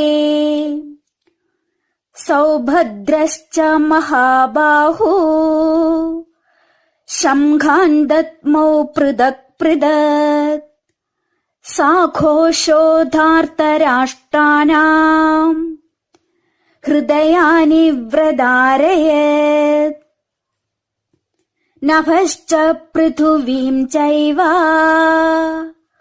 തുമുലോ വെനുനാദയൻ അഥ വ്യവസ്ഥിതാൻ ദൃഷ്ട്വാ ധാർത്തരാഷ്ട്രാൻ കപിധ്വജാ പ്രവൃത്തെ ശസ്ത്രസംവാദേ ധനുരുദ്യമ്യ പാണ്ഡവാ. അനന്തവിജയം രാജ കുന്തിപുത്രോ യുധിഷ്ഠിരാ നകുല സഹദേവശ്ച സുഘോഷമണിപുഷ്പകൗ. അനന്തവിജയം, യുധിഷ്ഠിര മഹാരാജാവിൻ്റെ ശംഖിൻ്റെ പേരാണ് അനന്തവിജയം. അവസാനമായുള്ള വിജയം എന്നുള്ള പേരിൽ തനിക്കായിരിക്കും എന്ന് കുറിക്കുന്ന തരത്തിലുള്ള ശംഖാണ് യുധിഷ്ഠിര മഹാരാജാവിൻ്റേത്. ആ ശംഖെടുത്ത് കുന്തിപുത്രനായിട്ടുള്ള യുധിഷ്ഠിര മഹാരാജാവും അതിനോടൊപ്പം തന്നെ അദ്ദേഹത്തിൻ്റെ സഹോദരന്മാരായ നകുലനും സഹദേവനും നകുല സഹദേവശ്ച സുഘോഷമണിപുഷ്പകൗ. നകുലൻ സുഘോഷവും സഹദേവൻ മണിപുഷ്പകവും എന്ന ശംഖെടുത്ത് തങ്ങളും യുദ്ധത്തിന് തയ്യാറായിരിക്കുന്നു എന്ന് അറിയിക്കുകയാണ്. ഒപ്പം തന്നെ കാശ്യശ്ച പരമേശ്വാസ ശിഖണ്ഡീജ മഹാരഥ ദൃഷ്ടദ്യുപ്നോ വിരാടശ്ച സാത്യകിശ്ച അപരാജിത. കാശ്യശ്ച, കാശിരാജാവ് പാണ്ഡവരുടെ കൂടെയാണ്. എന്താ കാരണം? പണ്ട് വിചിത്രവീര്യന്, അതായത് സത്യവതിയുടെ മകന്, ഭീഷ്മദേവൻ്റെ രണ്ടാനമ്മയുടെ മകൻ വിചിത്രവീര്യനു വേണ്ടി വിവാഹം ആലോചിക്കുന്ന സമയമായിരുന്നു അത്. കാശിരാജാവിൻ്റെ മക്കളായ അംബ, അംബിക, അംബാലിക ഈ 3 പുത്രിമാരെയും വിവാഹത്തിന് തയ്യാറായിരിക്കുന്ന സമയത്ത് കാശിരാജാവ് സ്വയംവരത്തിലൂടെ തൻ്റെ പുത്രിമാർക്ക് രാജാക്കന്മാരെ തിരഞ്ഞെടുക്കാനുള്ള അവകാശം കൊടുക്കുകയാണ്. എന്നാൽ ഭീഷ്മദേവൻ അവിടെ ചെന്നുകൊണ്ട് ഈ 3 കുമാരിമാരെയും അംബ, അംബിക, അംബാലിക 3 പേരെയും പിടിച്ച് തൻ്റെ ശൗര്യത്താൽ കടത്തിക്കൊണ്ടു പോരുകയാണ്. ഇതിൽ അംബ വിചിത്രവീര്യന് വിവാഹം കഴിക്കുവാൻ തയ്യാറാകുന്നില്ല. തനിക്ക് ശാലു മഹാരാജാവിനെ ഇഷ്ടമായിരുന്നു എന്നും അദ്ദേഹത്തെയാണ് പതിയായി വേണ്ടത് എന്നും അംബ ഭീഷ്മദേവനെ അറിയിക്കുന്നു. ഭീഷ്മദേവൻ അംബയെ തിരിച്ചയച്ചു എങ്കിലും ശാലു മഹാരാജാവ് അംബയെ സ്വീകരിക്കുന്നതിന് തയ്യാറാകുന്നില്ല. വിചിത്രവീര്യനും അംബയെ കൈയൊഴിയുന്നു. അവസാനം അംബ ഭീഷ്മദേവൻ്റെ അടുത്തെത്തുകയാണ്. ഭീഷ്മദേവൻ താൻ ബ്രഹ്മചാരിയായി ഇരുന്നു കൊള്ളാമെന്ന് പ്രതിജ്ഞ എടുത്തിട്ടുള്ള വിവരം അംബയെ അറിയിക്കുന്നു. യാതൊരു കാരണവശാലും അംബയെ വിവാഹം കഴിക്കുന്നതിന് പിന്നീട് ഭീഷ്മർ തയ്യാറാകുന്നുമില്ല. അതിൽ ഒടുങ്ങാത്ത പകയുണ്ടാകുന്ന അംബ ഭീഷ്മദേവനോട് അഹങ്കാര പ്രവൃത്തി കൊണ്ടാണ് എന്നെ അപഹരിച്ചു കൊണ്ടുപോകുന്നത് എന്നും ഞാൻ വഴിയാധാരമായിരിക്കുന്നു എന്നും സ്ത്രീ ആയിപ്പോയതുകൊണ്ട് എനിക്ക് പ്രതികാരം ചെയ്യാൻ സാധിക്കുന്നില്ല എന്നും പറയുകയാണ് അംബ. എന്നാൽ എത്ര ജന്മങ്ങൾ എടുക്കേണ്ടി വന്നാലും ഞാൻ മുഖേന ആയിരിക്കും നീ മരിക്കുക എന്ന് ഭീഷ്മദേവനോട് അംബ പറയുന്നു. ആ അംബയുടെ പുനർജന്മമാണ് ശിഖണ്ഡി. അംബയുടെ അച്ഛനായിരുന്നു കാശിരാജാവ്. ഭീഷ്മരോടുള്ള തങ്ങളുടെ ദേഷ്യം തീർക്കുന്നതിനു വേണ്ടിയും ഭീഷ്മരെ വധിക്കുന്നതിനു വേണ്ടിയുമാണ് ശിഖണ്ഡി പാണ്ഡവരുമായി കൂട്ടുകൂടുന്നത്. അതുപോലെ തന്നെ ദൃഷ്ടദ്യുപ്നോ വിരാടശ്ച, ദൃഷ്ടദ്യുപ്നനും അതുപോലെ തന്നെ ദ്രോണരെ വധിക്കുന്നതിനു വേണ്ടി ദ്രുപദൻ നടത്തിയ യാഗത്തിൽ നിന്നും ഉണ്ടായതാണ്. ദ്രുപദൻ യാഗമെല്ലാം നടത്തി യാഗത്തിൽ നിന്നും പാചകം ചെയ്ത ഹവ്യം അർപ്പിക്കുന്ന സമയത്ത് അഗ്നിയിൽ നിന്നും ഒരു കുമാരൻ പൊന്തി വരികയാണ്. കിരീടവും പടച്ചട്ടയും ധരിച്ച് ദേവസന്നിഭനായ ആ കുമാരനാണ് പാഞ്ചാലരുടെ യശസ് വർദ്ധിപ്പിക്കുമെന്നും രാജാവിൻ്റെ ദുഃഖവും ഭയവും തീർത്ത് ദ്രോണരെ കൊല്ലുവാൻ ജനിച്ചവൻ എന്നും അശരീരി മുഴങ്ങുന്നു. ആ ദൃഷ്ടിദ്യുത്മനാണ് പിന്നീട് ശംഖെടുത്തൂതുന്നത്. അതിനുശേഷം വിരാട രാജാവ് പാണ്ഡവർ ദ്വൈതവനത്തിൽ നിന്നും അജ്ഞാതവാസത്തിനു വേണ്ടി എത്തുന്നത് വിരാട രാജധാനിയിലാണ്. വിരാട രാജധാനിയിലെത്തുന്ന പാണ്ഡവരിൽ മൂത്തവനായ യുധിഷ്ഠിരൻ ഒരു ബ്രാഹ്മണന്റെ വേഷം ധരിച്ച കങ്കൻ എന്ന പേരിൽ രാജാവിൻ്റെ സേവകനായി ചൂതുകളിയിൽ താല്പര്യമുള്ളവനായി കഴിയുകയാണ്. ഭീമസേനൻ പാചകക്കാരനായ വല്ലവനായും അർജുനൻ രാജാവിൻ്റെ മകൾ ഉത്തരയെ നൃത്തം പഠിപ്പിക്കുന്ന ബൃഹന്നളയായും ചേരുകയാണ് വിരാട രാജധാനിയിൽ. ബൃഹന്നള എന്ന രൂപം അർജുനന് പണ്ട് ഇന്ദ്രനെ സഹായിക്കാൻ ചെല്ലുന്ന സമയത്ത് ഉർവശിയിൽ നിന്നും കിട്ടിയ ശാപത്തിൻ്റെ ഫലമായുള്ളതാണ്. ഉർവശി ശാപം ഉപകാരം എന്നതുപോലെ ബൃഹന്നള ഷണ്ഠനായ ഒരു സ്ത്രീയുടെ വേഷം ധരിക്കുന്നു. പിന്നീടുള്ളത് നകുലനാണ്. നകുലൻ കുതിര വിചാരിപ്പുകാരനായി ഗ്രന്ഥികൻ എന്ന പേരിലും സഹദേവൻ പശുക്കളെ സംരക്ഷിക്കുന്ന രീതിയിൽ വിരാട രാജാവിൻ്റെ ഗോ സംരക്ഷകനായി തന്ത്രിപാലൻ എന്നും പാഞ്ചാലി മാലിനി എന്ന പേരിലും വിരാട രാജകൊട്ടാരത്തിൽ വസിക്കുകയാണ്. അങ്ങനെ വസിക്കുന്ന സമയത്താണ് കൗരവ സൈന്യം വിരാട രാജ്യത്തെ ആക്രമിക്കുന്നത്. ആ സമയത്ത് വിരാട രാജകുമാരനായ ഉത്തരൻ്റെ കൂടെ അർജുനൻ ഒറ്റയ്ക്ക് കൗരവ സൈന്യത്തെ തോൽപ്പിച്ചോടിക്കുകയാണ്. ആ സ്നേഹം നിലനിൽക്കുന്നതുകൊണ്ടും അതുപോലെ തന്നെ വിരാട രാജകുമാരിയായ ഉത്തരയെ അഭിമന്യു വിവാഹം കഴിച്ചതുകൊണ്ടുമാണ് വിരാട രാജാവ് പാണ്ഡവരുടെ കൂടെയുള്ളത്. പിന്നീട് സാത്യകീശ്ച അപരാജിതാഹ. സാത്യകി ഭഗവാന്റെ യദുവംശത്തിൽപ്പെട്ടതാണ്. ഒരിക്കലും പരാജിതനാകാത്ത വ്യക്തിയാണ് സാത്യകി. ആ സാത്യകിയും തൻ്റെ ശംഖെടുത്ത് താനും തയ്യാറാണ് യുദ്ധത്തിനെന്ന് അറിയിക്കുന്നു. അതിൻ്റെ കൂടെ തന്നെ ദ്രുപദോ ദ്രൗപദേയാശ്ച സർവശ പൃഥിവീപദേ സൗഭദ്രശ്ച മഹാബാഹു ശംഖാൻ ധത്മൗ പൃഥക് പൃഥക്. ദ്രുപദ രാജാവ്, ദ്രൗപദീ ദേവിയുടെ അച്ഛനായിട്ടുള്ള ദ്രുപദ രാജാവും പണ്ടേ ദ്രോണർക്കെതിരെ ദേഷ്യമാണല്ലേ. അദ്ദേഹവും പാണ്ഡവരുടെ കൂടെയുണ്ട്. യുദ്ധത്തിൽ ഏതു വിധേനയും ജയിക്കണമെന്നുള്ള ആകാംക്ഷയോടെ യുദ്ധത്തിന് തയ്യാറായി അദ്ദേഹം നിൽക്കുന്നുണ്ട്. ഒപ്പം തന്നെ ദ്രൗപദേയാശ്ച, ദ്രൗപദീപുത്രന്മാർ ഉപപാണ്ഡവർ 5 പേരും അവരും തങ്ങളുടെ ശംഖങ്ങൾ എടുത്തു മുഴക്കി സർവശാ പൃഥിവീപദേ. പൃഥ്വിയുടെ രാജാക്കന്മാരെല്ലാവരും, ഭൂമിയിലെ രാജാക്കന്മാരെല്ലാവരും തന്നെ തങ്ങളെല്ലാവരും തയ്യാറായിരിക്കുന്നു യുദ്ധത്തിനെന്ന് അറിയിക്കുകയാണ്. അങ്ങനെ പാണ്ഡവപക്ഷത്തുള്ള വീരന്മാരെല്ലാം തങ്ങളുടെ ശംഖെടുത്ത് മുഴക്കുന്ന സമയത്ത് സഘോഷാധാർത്തരാഷ്ട്രാണാം ഹൃദയാനി വ്യദാരയത് നഭശ്ച പൃഥീം ചേവ തുമുലോ അഭ്യ അനുനാദയൻ.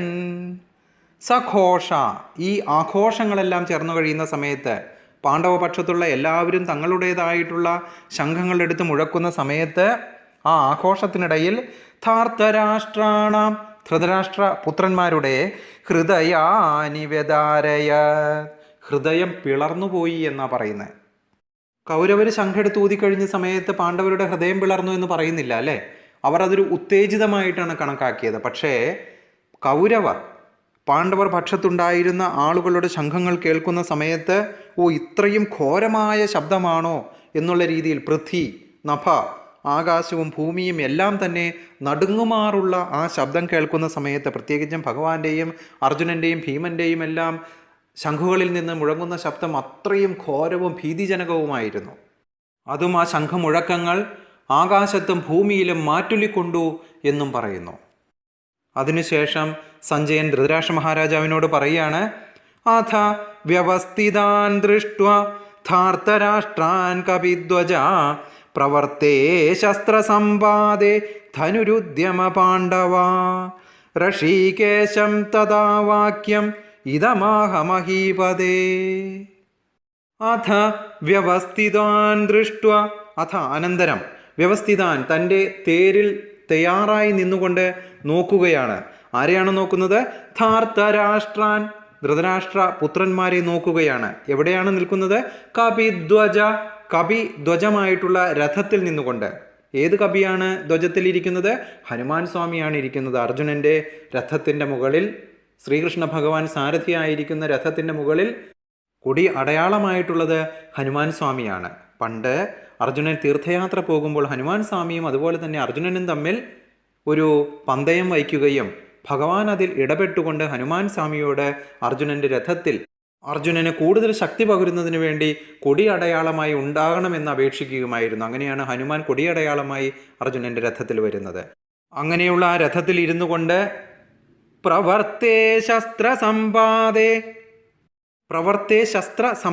ശസ്ത്രം, അസ്ത്രങ്ങൾ എയ്യുന്നതിന് തയ്യാറായി നിൽക്കുകയാണ്. ആര്? ധനുരുദ്യമ പാണ്ഡവ. വില്ല് കയ്യിലെടുത്തുകൊണ്ട് തയ്യാറായി അസ്ത്രമെയ്യുന്നതിന് നിൽക്കുകയാണ് പാണ്ഡവനായിട്ടുള്ള അർജുനൻ. ഋഷികേശം തഥാ വാക്യം ഇതമാഹമഹീപതേ. അങ്ങനെ നിൽക്കുന്ന സമയത്ത് അർജുനൻ ഋഷികേശനായിട്ടുള്ള സർവ ഇന്ദ്രിയങ്ങളുടെയും നാഥനായിട്ടുള്ള ഭഗവാനോട് ഇപ്രകാരം പറഞ്ഞു: രാജാവേ, ധൃതരാഷ്ട്ര രാജാവേ എന്ന് പറഞ്ഞുകൊണ്ട് സഞ്ജയൻ പറയുകയാണ്. അസ്ത്രങ്ങൾ എയ്യുന്നതിന് വേണ്ടി കപിധ്വജമായിട്ടുള്ള രഥത്തിൽ നിന്നുകൊണ്ട് അർജുനൻ ഭഗവാനോട് ഇപ്രകാരം പറഞ്ഞു എന്നാണ് അർജുന ഉവാച സേനയോരുഭയോർമധ്യേ രഥം സ്ഥാപയമേ അച്യുതാ യാവദേതാനിരീക്ഷേഹം യോധുകാമാനവസ്ഥിതാൻ കൈർമയാ സഹ യോധവ്യം അസ്മിൻ രണസമുദ്യമേ യോത്സ്യമാനാൻ അവേക്ഷേഹം യായേദേത്ര സമാഗതാഃ ധാർത്തരാഷ്ട്രസ്യ ദുർബുദ്ധേർ യുദ്ധേ പ്രിയചികീർഷവാഃ. സഞ്ജയ ഉവാച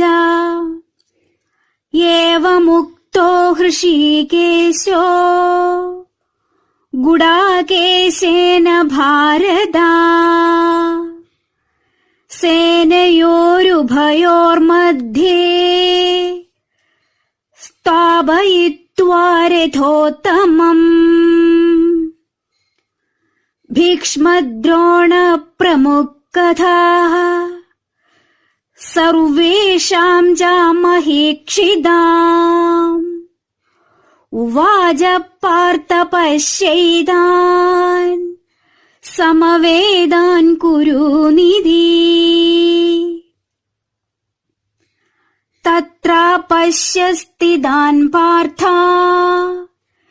പിതॄനഥ പിതാമഹാൻ ആചാര്യാൻ മാതുലാൻ ഭ്രാതൃൻ പുത്രാൻ പൗത്രാൻ സഖീംസ്തദാ ശ്വശുരാൻ സുഹൃദശ്ചൈവ സേനയോരുഭയോരപി.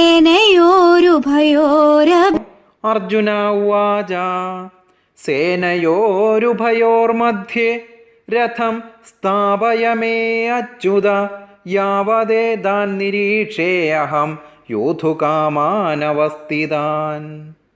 സേനയോരുഭയോർ മധ്യേ, രണ്ടു സേനയ്ക്കും നടുവിലായി.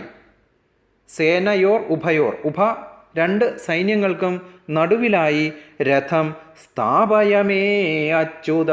അച്യുത, ഹേ ചുതി പറ്റാത്തവനെ, തെറ്റുപറ്റാത്തവനെ. ഭഗവാന് ഒരിക്കലും തെറ്റുപറ്റില്ല അല്ലേ? സകല ഇന്ദ്രിയങ്ങളുടെയും നാഥനായിട്ടുള്ള, സകല പ്രപഞ്ചത്തിൻ്റെയും നാഥനായ സൃഷ്ടികർത്താവായ ഭഗവാന് ഒരിക്കലും തെറ്റുപറ്റില്ല. അതുകൊണ്ട് തന്നെയാണ് അർജുനൻ ഭഗവാനെ അച്യുത, ചുതി പറ്റാത്തവനെ എന്നുള്ള പേരിൽ വിളിച്ചുകൊണ്ട് പറയുകയാണ്, എൻ്റെ രഥം രണ്ടു സൈന്യത്തിൻ്റെയും നടുവിൽ കൊണ്ടുപോയി നിർത്തൂ. എന്തിനാ നിർത്തുന്നത്? യാവദേതാൻ നിരീക്ഷേയഹം, ഞാനൊന്ന് നോക്കി കാണട്ടെ. എന്താ നോക്കി കാണുന്നത്? യോധുകാമാനവസ്ഥിതാൻ, യുദ്ധത്തിനായി വന്നു നിൽക്കുന്നവർ, യുദ്ധം ആഗ്രഹിച്ച് വന്നു നിൽക്കുന്നവരെ ഞാനൊന്ന് കണ്ടുകൊള്ളട്ടെ എന്ന് അർജുനൻ ഭഗവാനോട് ഒരു നിർദ്ദേശമാണ്. കാരണം അർജുനൻ്റെ തേരാളിയാണ് ഭഗവാൻ. ഭഗവാനും ഈ വക നിർദ്ദേശങ്ങളെല്ലാം സ്വീകരിക്കുന്നതിന് വലിയ സന്തോഷമല്ലേ? കാരണം ഭഗവാന്റെ ഭക്തനാണ് അർജുനൻ. മാത്രമല്ല കുരുക്ഷേത്ര യുദ്ധം തുടങ്ങുന്നതിന് മുൻപ് തന്നെ അർജുനനും ദുര്യോധനനും കൂടി ഭഗവാനെ കാണുവാൻ ചെല്ലുകയുണ്ടായി. ആ സമയത്ത് ദുര്യോധനൻ നാരായണ സൈന്യം മുഴുവനും, ഭഗവാന്റെ സൈന്യം മുഴുവനും ആവശ്യപ്പെട്ട സമയത്ത് അർജുനൻ ആവശ്യപ്പെട്ടത് ഭഗവാനെ മാത്രമായിരുന്നു. തൻ്റെ തേരു തെളിയിക്കാൻ വരാമോ എന്നാണ് കൃഷ്ണനോട് അർജുനൻ ചോദിച്ചത്. അത്രയും ഉറപ്പുള്ള വിശ്വാസമായിരുന്നു അർജുനന് ഭഗവാനിൽ. മറ്റെല്ലാത്തിനേക്കാളും കൂടുതലായി ഭഗവാന്റെ അനുഗ്രഹമാണ് വേണ്ടത്, ഭഗവാനാണ് വേണ്ടത് എന്ന് അർജുനന് വ്യക്തമായി അറിയാമായിരുന്നു. ദുര്യോധനൻ പോയി കഴിയുന്ന സമയത്ത് ഭഗവാൻ അർജുനനോട് ചോദിക്കുകയുണ്ടായി, അർജുന, നീ എന്തൊരു മണ്ടന, ഇത്രയും വലിയ നാരായണ സൈന്യം ഉണ്ടായിരുന്നിട്ടും അതൊന്നും ചോദിക്കാതെ നിരായുധനായ യുദ്ധം ചെയ്യില്ല എന്ന് തീരുമാനിച്ചിരിക്കുന്ന എന്നെ നിനക്ക് എന്ത് കാണിക്കാനാ എൻ്റെ അർജുന എന്ന് ഭഗവാൻ അർജുനനോട് ചോദിക്കുകയുണ്ടായി. പക്ഷെ ഭഗവാൻ എന്ന് പറഞ്ഞത്, ഭഗവാനെ, അങ്ങ് മാത്രം മതി ഞങ്ങളുടെ കൂടെ, വേറെ ഒന്നും ഞങ്ങൾക്ക് ആവശ്യമില്ല എന്നാണ് പറയുന്നത്. അങ്ങനെയാണ് ഭഗവാൻ അർജുനൻ്റെ സാരഥിയാകുന്നതും. ഈ നിമിഷം അർജുനൻ തൻ്റെ ഡ്രൈവറോട് എന്ന പോലെ, വണ്ടി ഓടിക്കുന്ന ഡ്രൈവറോട് എന്ന പോലെ, വണ്ടി അവിടെ നിർത്തൂ എന്ന് പറയുന്നത് പോലെ അർജുനൻ പറയുകയാണ്, തേര് രണ്ട് സൈന്യത്തിൻ്റെയും നടുവിൽ കൊണ്ടുപോയി നിർത്തൂ, യുദ്ധത്തിന് വന്നിരിക്കുന്ന ഇവരെയെല്ലാം ഞാനൊന്ന് കാണട്ടെ എന്ന് പറയുകയാണ്. 22-ാമത്തെ ശ്ലോകത്തിൽ അർജുനൻ ഭഗവാനോട് പറയുന്നു, കൈർമയാ സഹയോധവ്യം അസ്മിൻ രണസമുദ്യമേ. ആരൊക്കെയാണ് അവരുടെ കൂടെ ഉള്ളത്? ഈ യുദ്ധം തുടങ്ങാൻ പോകുന്ന നിമിഷത്തിൽ ഞാൻ അതും കൂടി ഒന്ന് കണ്ടുകൊള്ളട്ടെ എന്ന് ഭഗവാനോട് അർജുനൻ പറയുന്നു. 23-ാമത്തെ ശ്ലോകം, യോത്സ്യമാനാനവേക്ഷേയഹം യേതേ അത്ര സമാഗതാ ധാർത്തരാഷ്ട്രസ്യ ദുർബുദ്ധേർ യുദ്ധേ പ്രിയ ചികീർഷവാ. യോത്സ്യമാനാൻ അവേക്ഷേഹം, യോത്സ്യമാനാൻ യുദ്ധം ചെയ്യുവാൻ പോകുന്ന അപേക്ഷയെ അവരെയൊക്കെ ഞാൻ ഒന്നുകൂടി കാണട്ടെ. യേതേ അത്ര സമാഗത, ആരൊക്കെയാണ് ഇവർ എന്നൊന്നുകൂടി ഞാനൊന്ന് നോക്കിക്കൊള്ളട്ടെ. ധാർത്തരാഷ്ട്രസ്യ, ധൃതരാഷ്ട്ര പുത്രന്മാർ, എങ്ങനെയുള്ളവരാണവർ? ധാർത്തരാഷ്ട്രസ്യ ദുർബുദ്ധേർ, ദുർബുദ്ധികളായിട്ടുള്ള ധാർത്തരാഷ്ട്രന്മാർ. ധൃതരാഷ്ട്ര മഹാരാജാവും അതുപോലെ തന്നെ അദ്ദേഹത്തിൻ്റെ പുത്രന്മാരും ദുർബുദ്ധികളാണല്ലേ. എന്താ കാരണം? യുദ്ധം തുടങ്ങുന്നതിന് മുൻപ് തന്നെ പാണ്ഡവർ നമുക്ക് രമ്യതയാണ് വേണ്ടത്, യുദ്ധം വേണ്ട എന്നെല്ലാം പറഞ്ഞ് ദ്രുപദ രാജാവിൻ്റെ സന്ദേശവാഹകനായി പുരോഹിതനെ അയക്കുകയുണ്ടായി. അദ്ദേഹം അവിടെ ചെന്ന് പറഞ്ഞു, ധൃതരാഷ്ട്രനും പാണ്ഡുവും ഒരേ അച്ഛൻ്റെ മക്കളാണ്, പൈതൃകമായ ധനം അവർക്ക് ഇരുവർക്കും ഒരുപോലെയുള്ളതാണ്. എന്നാൽ പല ഉപായങ്ങൾ കാട്ടി ധൃതരാഷ്ട്ര ഇതെല്ലാം കൈയടക്കി വച്ചിരിക്കുകയാണ്. പാണ്ഡവർ സഭയിൽ ക്ലേശങ്ങൾ സഹിച്ചു, ആരണ്യവാസവും അജ്ഞാതവാസവും നടത്തി. മഹാശയന്മാരായ അവർ കഴിഞ്ഞതെല്ലാം വിസ്മരിക്കുവാൻ തയ്യാറാണ്. അതുകൊണ്ട് സന്ധ്യയാകാൻ ആഗ്രഹിക്കുന്നു. ബലവാന്മാരായ അവർ അവരുടെ കാര്യം നേടാൻ ശക്തരാണ് എങ്കിൽ കൂടിയും യുദ്ധത്തിന് കാരണം ഉണ്ടാകരുത് എന്ന് ആഗ്രഹിക്കുന്നു. 7 അക്ഷൗണി സൈന്യം അവർക്കുണ്ട്. 11 അക്ഷൗണിയുള്ള ദുര്യോധനൻ്റെ സൈന്യത്തെ നേരിടാൻ മഹാബാഹുവും ബഹുരൂപനുമായ കിരീടി ഒരാൾ മാത്രം മതി. പാണ്ഡവരുടെ സൈന്യശക്തിയും അതുപോലെ തന്നെ അർജുനൻ്റെ സാമർഥ്യവും കൃഷ്ണൻ്റെ ബുദ്ധിയും ഒത്തുചേർന്നാൽ പാണ്ഡവരോട് ജയിക്കുവാൻ ഇവിടെ ആർക്കും സാധ്യമല്ല. എല്ലാം തന്നെ ധൃതരാഷ്ട്ര മഹാരാജാവിനെയും അദ്ദേഹത്തിൻ്റെ പുത്രന്മാരെയും പുരോഹിതൻ മനസ്സിലാക്കാൻ ശ്രമിക്കുകയുണ്ടായി. പക്ഷെ ഇതൊന്നും അവർക്ക് മനസ്സിലായില്ല. ഇത് മനസ്സിലാകാത്തതിനെ തുടർന്ന് ഭഗവാൻ തന്നെ കൗരവസഭയിൽ പോയി. ഭഗവാൻ പറഞ്ഞു, പകുതി രാജ്യം കൊടുക്കൂ, 5 ഗ്രാമങ്ങൾ കൊടുക്കൂ. ഇതൊന്നിനും അവർ തയ്യാറായില്ല. അവർ അതിനു പകരം ഭഗവാനെ പിടിച്ചു കെട്ടാനാണ് പോയത്. ആ സമയത്ത് ഭഗവാൻ അവരോട് പറഞ്ഞു, നിങ്ങൾ കാണിക്കുന്നത് വളരെ ബുദ്ധിമോശമാണ്, തയ്യാറായിക്കൊള്ളൂ എന്ന് പറഞ്ഞുകൊണ്ടാണ് ഭഗവാൻ അവിടെ നിന്ന് പോരുന്നത്. ആ സമയം ഭഗവാനോട് ദുര്യോധനൻ പറയുകയുണ്ടായി, ധൃതരാഷ്ട്ര മഹാരാജാവ് എന്ന എൻ്റെ അച്ഛൻ രാജ്യഭാഗം പാണ്ഡവർക്ക് കൊടുക്കാമെന്ന് പ്രതിജ്ഞ ചെയ്തിട്ടുണ്ട് എന്നാണ് വാദമെങ്കിൽ ഇന്ന് രാജ്യം ഭരിക്കുന്നത് ധൃതരാഷ്ട്ര മഹാരാജാവല്ല, അദ്ദേഹത്തിൻ്റെ പുത്രനായ ദുര്യോധനനാണ്. ഞാൻ പറയുന്നു, ഞാൻ ആരോടും ഒരു പ്രതിജ്ഞയും ചെയ്തിട്ടില്ല. ഞാൻ ജീവിച്ചിരിക്കുന്നിടത്തോളം കാലം, സൂചി മുന കൊണ്ട് കുത്തിയാൽ കാണുന്നിടത്തോളം ഭൂമി പോലും അവർക്ക് വിട്ടുകൊടുക്കുകയില്ല എന്നുള്ളത് ഉറച്ച തീരുമാനമാണ് എന്നാണ് ഭഗവാനെ അറിയിച്ചത്. അതുകൊണ്ടാണ് അർജുനൻ അവരെ ധാർത്തരാഷ്ട്രന്മാർ, ദുർബുദ്ധിയുള്ളവരാണ് എന്ന് വിളിക്കുന്നത്. അങ്ങനെയുള്ള ദുർബുദ്ധിയായിട്ടുള്ള ധൃതരാഷ്ട്രപുത്രന്മാരുടെ കൂടെ ധാർത്തരാഷ്ട്രസ്യ ദുർബുദ്ധേർ യുദ്ധേ പ്രിയ ചികീർഷവ, യുദ്ധത്തിൽ സഹായിക്കുവാനായി പ്രിയം ചെയ്യുന്നവനായി വന്നിരിക്കുന്നത് ആരൊക്കെയാണ് എന്നുകൂടി ഞാനൊന്ന് കണ്ടുകൊള്ളട്ടെ എന്ന് അർജുനൻ ഭഗവാനോട് പറയുന്നു. 24-ാമത്തെ ശ്ലോകത്തിൽ സഞ്ജയൻ ധൃതരാഷ്ട്ര മഹാരാജാവിനോട് പറയുകയാണ്. അർജുനൻ്റെ ഈ വാക്കുകളെല്ലാം കേട്ട് ഭഗവാൻ എന്താണ് ചെയ്തത് എന്ന് സഞ്ജയൻ ധൃതരാഷ്ട്ര മഹാരാജാവിനോട് പറയാണ്. സഞ്ജയ ഉവാച, സഞ്ജയൻ പറഞ്ഞു, ഏവമുക്തോ ഋഷികേശോ ഗുഢാകേശേന ഭാരത സേനയോരുഭയോർമധ്യേ സ്ഥാപയിത്വാ രഥോത്തമം. ഏവം ഉക്താ ഋഷികേശോ, ഇപ്രകാരം ഋഷികേശൻ കേട്ടതുകൊണ്ട്, ആരിൽ നിന്നാണ് കേൾക്കുന്നത്? ഗുഢാകേശേന. ഗുഢാകേശൻ എന്ന് പറഞ്ഞാൽ അജ്ഞാനത്തെ അല്ലെങ്കിൽ നിദ്രയെ ജയിച്ചിട്ടുള്ളവനായ അർജുനൻ ഭഗവാനോട് പറയുന്നത് കേട്ട്, ഏവം ഉക്തോ, ഇപ്രകാരം പറയുന്നത് കേട്ട് ഋഷികേശനായിട്ടുള്ള സർവ ഇന്ദ്രിയത്തിൻ്റെയും നാഥനായിട്ടുള്ള ഭഗവാൻ സേനയോരുഭയോർ മധ്യേ, രണ്ട് സൈന്യങ്ങൾക്കും നടുവിലായി സ്ഥാപയിത്വാരഥ ഉത്തമം, ഉത്തമമായിട്ടുള്ള ആ രഥം കൊണ്ടുപോയി നിർത്തുകയാണ്. സഞ്ജയൻ ധൃതരാഷ്ട്ര മഹാരാജാവിനോട് പറയുകയാണ്, അല്ലയോ ഭാരത വംശജനെ, കുരുവംശജനെ, ഗുഢാകേശനായിട്ടുള്ള അർജുനൻ്റെ നിർദ്ദേശപ്രകാരം ഋഷികേശനായിട്ടുള്ള ഭഗവാൻ അവരുടെ രഥം, ഉത്തമമായ ആ രഥം രണ്ടു സൈന്യങ്ങൾക്കും ഇടയിൽ കൊണ്ടുപോയി നിർത്തി എന്ന് പറയുകയാണ് സഞ്ജയൻ. അവിടെ രഥം കൊണ്ടു ചെന്ന് നിർത്തിയതിനു ശേഷം ഭഗവാൻ അർജുനനോട് പറയുകയാണ്, ഭീഷ്മദ്രോണ പ്രമുഖത, പ്രമുഖരായിട്ടുള്ള ഭീഷ്മരുണ്ട്, ദ്രോണരുണ്ട്, ശ്രേഷ്ഠരായിട്ടുള്ള ആളുകളുണ്ട്. ഇവരുടെ എല്ലാം തന്നെ സർവേഷാം ച മഹീക്ഷിതം, ശ്രേഷ്ഠരായി എല്ലാ മഹാരാജാക്കന്മാരുടെയും മുൻപിൽ കൊണ്ടുപോയി രഥം നിർത്തിയതിനു ശേഷം ഭഗവാൻ അർജുനനോട് പറയുകയാണ്, ഉവാചാ പാർത്ഥൻ, പൃഥയുടെ പുത്രൻ, തൻ്റെ അമ്മായിയുടെ മകനാണ്. ഭഗവാന്റെ അമ്മായിയുടെ, കുന്തിദേവിയുടെ മകനാണ് പൃഥയുടെ മകനായതുകൊണ്ടാണ് അർജുനനെ ഭഗവാൻ പാർത്ഥ എന്ന പേരിൽ വിളിക്കുന്നത്. അത്ര സ്നേഹത്തോടു കൂടിയാണ് വിളിക്കുന്നത്. ഉവാച പാർത്ഥ പശ്യ ഏതാൻ സമവേദാൻ കുരുൻ ഇതി.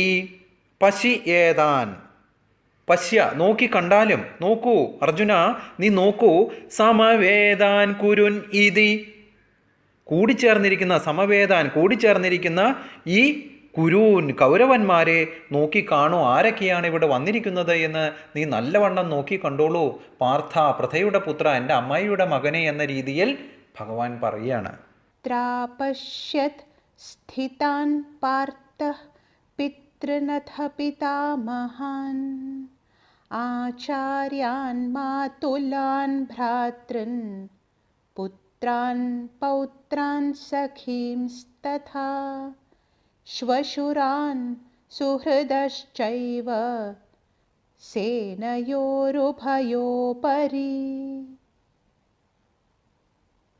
അർജുന ഉവാച ദൃഷ്ട്വേമം സ്വജനം കൃഷ്ണ യുയുത്സും സമുപസ്ഥിതം സീദന്തി മമ ഗാത്രാണി മുഖം ച പരിശുഷ്യതി.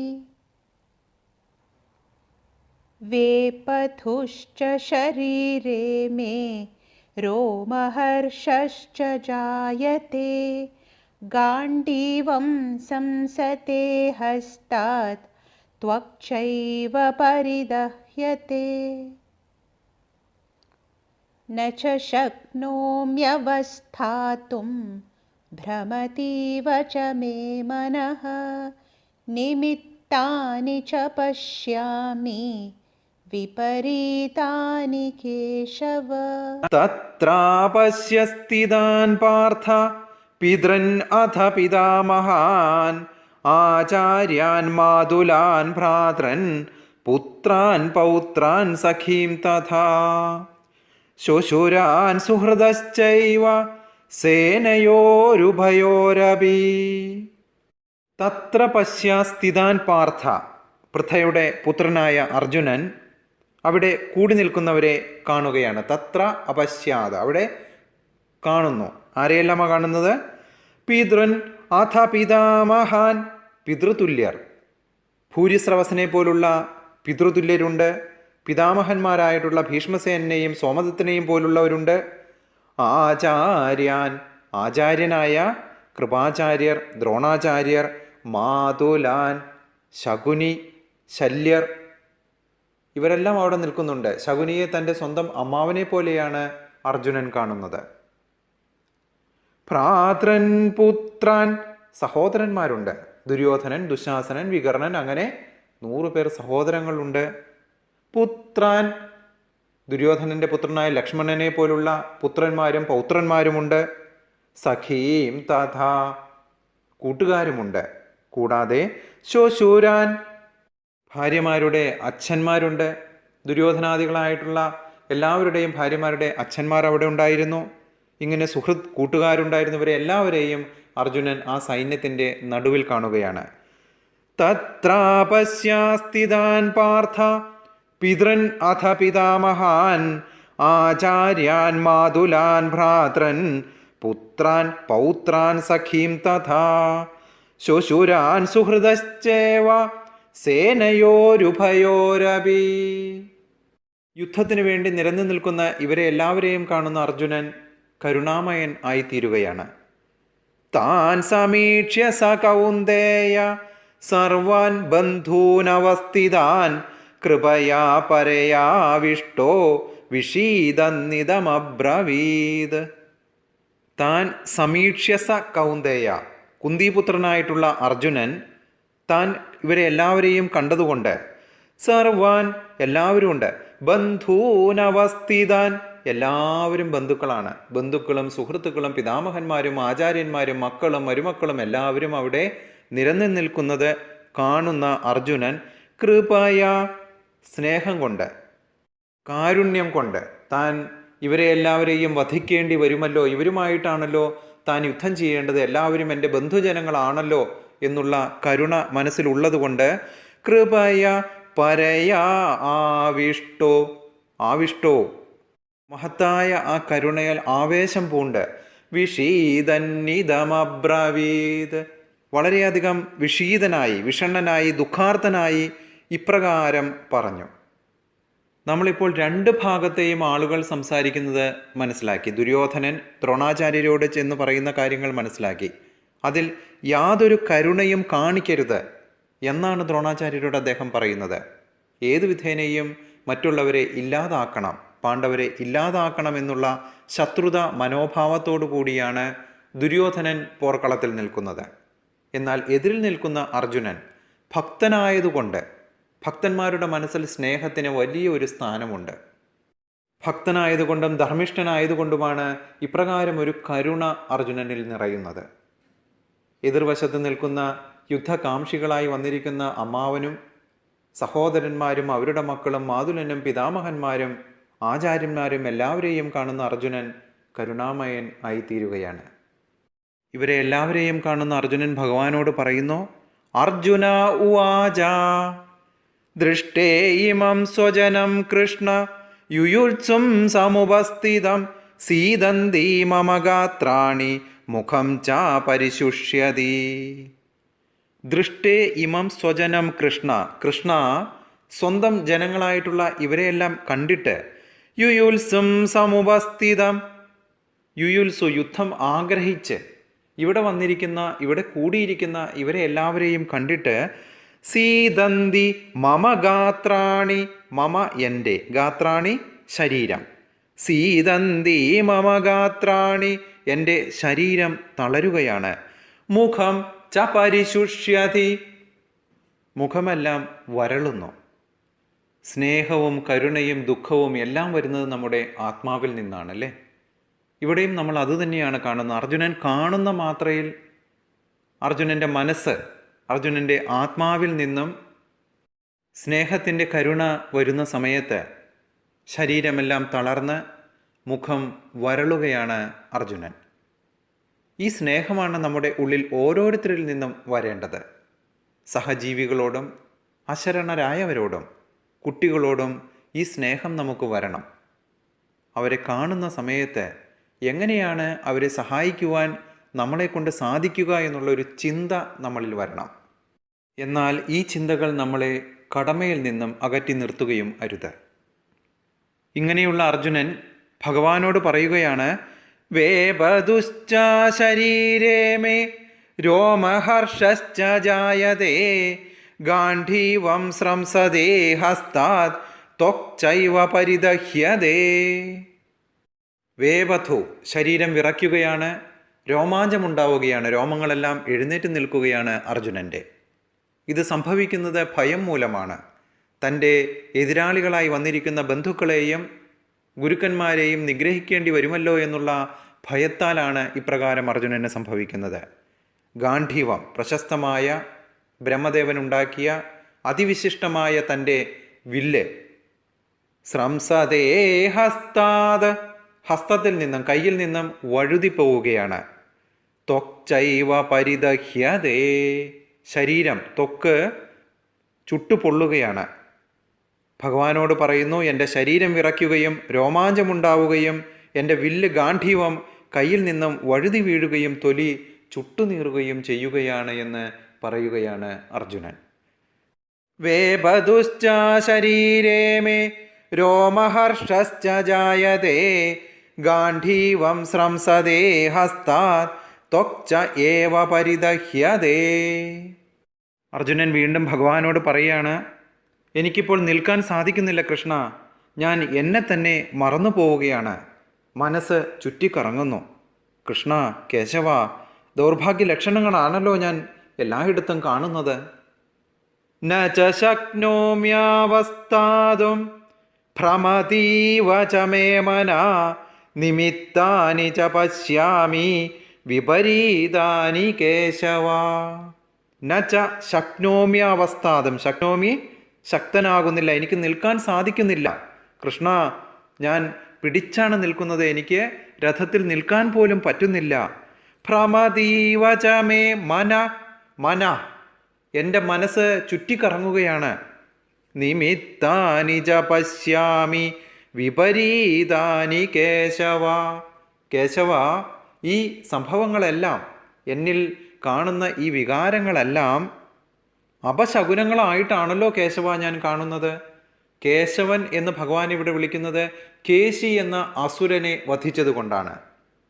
ഭഗവാൻ കുഞ്ഞായിരിക്കുന്ന സമയത്ത് കംസൻ കൃഷ്ണനെ നിഗ്രഹിക്കുന്നതിന് വേണ്ടി കേശി എന്ന അസുരനെ പറഞ്ഞു വിടുകയാണ്.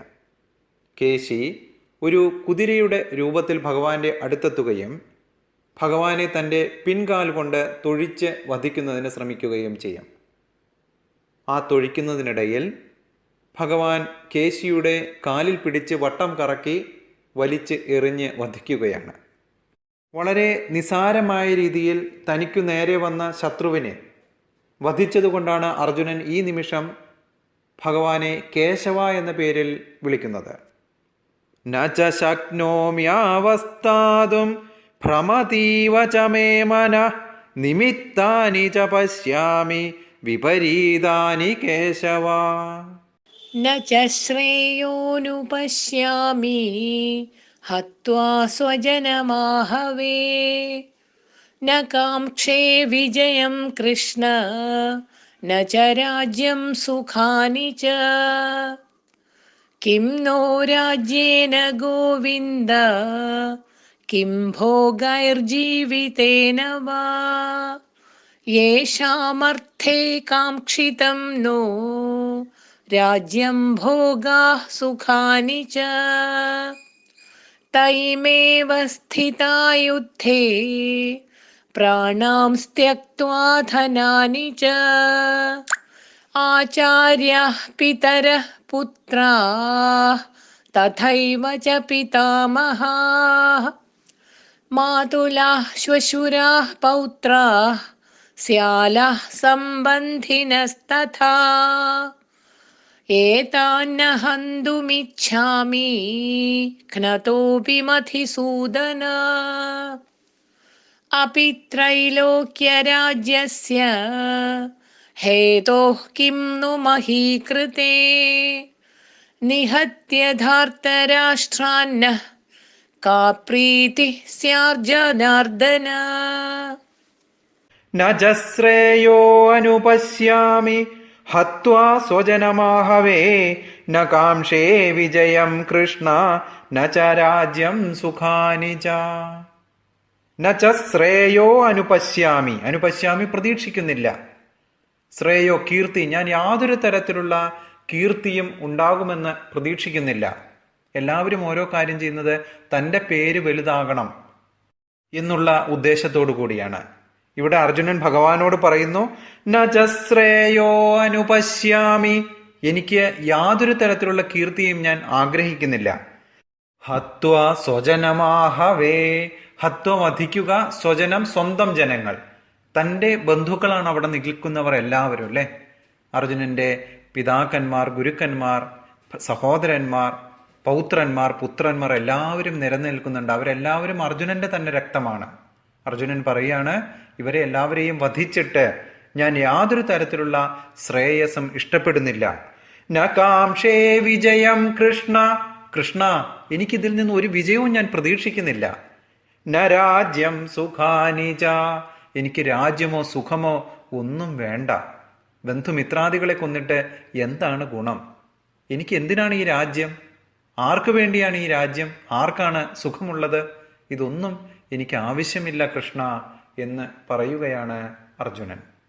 32-ാമത്തെ ശ്ലോകത്തിൽ പറയുന്നത്, കിം നോ രാജ്യേന ഗോവിന്ദ കിം ഭോഗൈ ജീവിതേന വാ യേഷാമർത്ഥേ കാംക്ഷിതം ന രാജ്യം ഭോഗാ സുഖാനി ച. കിം നോ രാജ്യേന ഗോവിന്ദ, ഗോവിന്ദ, ഭഗവാനെ ഗോവിന്ദൻ എന്ന പേരില്ല ഇവിടെ വിളിക്കുന്നത് അല്ലേ. എന്താ ഗോവിന്ദൻ? ഗോക്കളെയും ഇന്ദ്രിയങ്ങളെയും പരിപാലിക്കുന്നവൻ. ഭഗവാൻ എല്ലാ ഇന്ദ്രിയങ്ങളുടെയും നാഥനാണ്. ഋഷികേശൻ എന്നാ വിളിച്ചത് അല്ലേ.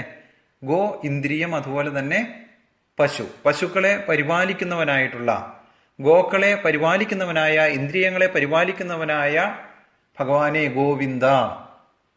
കിം നോ രാജ്യേന ഗോവിന്ദ, ആർക്ക് വേണ്ടിയാണ് ഈ രാജ്യം? കിം ഭോഗൈ ജീവിതേനവ, ഈ ജീവിതവും ഈ സുഖങ്ങളുമെല്ലാം എന്തിനു വേണ്ടി? യേഷാമർത്ഥേ കാംക്ഷിതം ന, യേഷാമർത്ഥേ ആർക്ക് വേണ്ടിയാണ് ഇത് ആഗ്രഹിക്കുന്നവോ? നരാജ്യം ഭോഗാ സുഖാനി ച, ഈ രാജ്യങ്ങളും സുഖങ്ങളുമെല്ലാം ആർക്ക് വേണ്ടിയാണോ ഞാൻ ആഗ്രഹിക്കുന്നത് അവരെല്ലാവരും തന്നെ ത ഇമേ അവസ്ഥിതാ യുദ്ധേ, ഇവിടെ തന്നെ ഉണ്ട് അവരെല്ലാവരും. തൻ്റെ മക്കൾ, മരുമക്കൾ, പൗത്രന്മാർ, ഗുരുജനങ്ങൾ എല്ലാവരും ഉണ്ടല്ലേ. ദ്രൗപദി പുത്രന്മാർ നിരന്നു നിൽക്കുന്നുണ്ട്. അർജുനന്റെ പുത്രനായിട്ടുള്ള അഭിമന്യു ഉണ്ട്. പഞ്ചപാണ്ഡവരെല്ലാവരും ഉണ്ട്. ഇവരെല്ലാവരും യുദ്ധത്തിൽ ഉൾപ്പെട്ടിട്ടുണ്ട്. ഇവരെല്ലാവരും മരിക്കാനും സാധ്യതയുണ്ട്. ചിലപ്പോൾ മരിക്കാം, മരിക്കാതിരിക്കാം. അപ്പോൾ പിന്നെ ആർക്ക് വേണ്ടിയാണ് ഞാനിതെല്ലാം ചെയ്യുന്നത്? തം ഇമേ അവസ്ഥിതാ യുദ്ധേ പ്രാണാം ത്യക്താ ധനാനി ച, അവർക്കുണ്ടായിരുന്ന സമ്പത്ത്, പ്രാണൻ പോലും ത്യജിക്കുവാൻ തയ്യാറായി ഇവിടെ നിരന്നു നിൽക്കുന്നത് കൃഷ്ണ അങ്ങ് കാണുന്നില്ലേ ഗോവിന്ദ? ഇവരെല്ലാവരും ഇവിടെ നിൽക്കുന്നുണ്ട്. ആർക്കു വേണ്ടിയാണ് യുദ്ധം? ഇതുകൊണ്ടുണ്ടാകുന്നത് എന്ത് ഫലമാണ് ഉണ്ടാകുന്നത്? ഈ സന്തോഷം എവിടെയാണ് ഉണ്ടാവുക ഇവരെല്ലാവരും മരിച്ചു കഴിഞ്ഞാൽ? ആചാര്യാപിതരാ പുത്ര, അപ്പുറത്തേക്ക് നോക്കൂ. ആചാര്യന്മാർ, പിതാമഹന്മാർ, പുത്രന്മാർ, തഥൈവ ച പിതാമഹ, ഭീഷ്മാചാര്യരെ പോലുള്ള ആളുകൾ, ഇവരെല്ലാവരും അപ്പുറത്ത് നിൽക്കുന്നുണ്ട്. അപ്പുറത്ത് അവരുമായും നമ്മൾ യുദ്ധം ചെയ്യണം. പിന്നെ എന്ത് ഗുണം, ആർക്ക് വേണ്ടിയാണ് ഈ യുദ്ധം എന്ന് ചോദിക്കുകയാണ് അർജുനൻ ഭഗവാനോട്.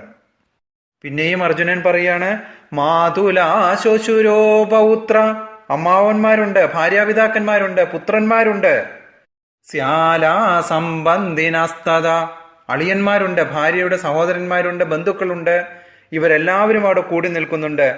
ഏതാന്നഹന്തുമിച്ഛാമി, ഏതാന്നഹന്ത ഇച്ഛാമി, ഏതന്നഹന്ത, അവരെ ഒന്നും തന്നെ വധിക്കുന്നതിന് ഞാൻ ആഗ്രഹിക്കുന്നില്ല.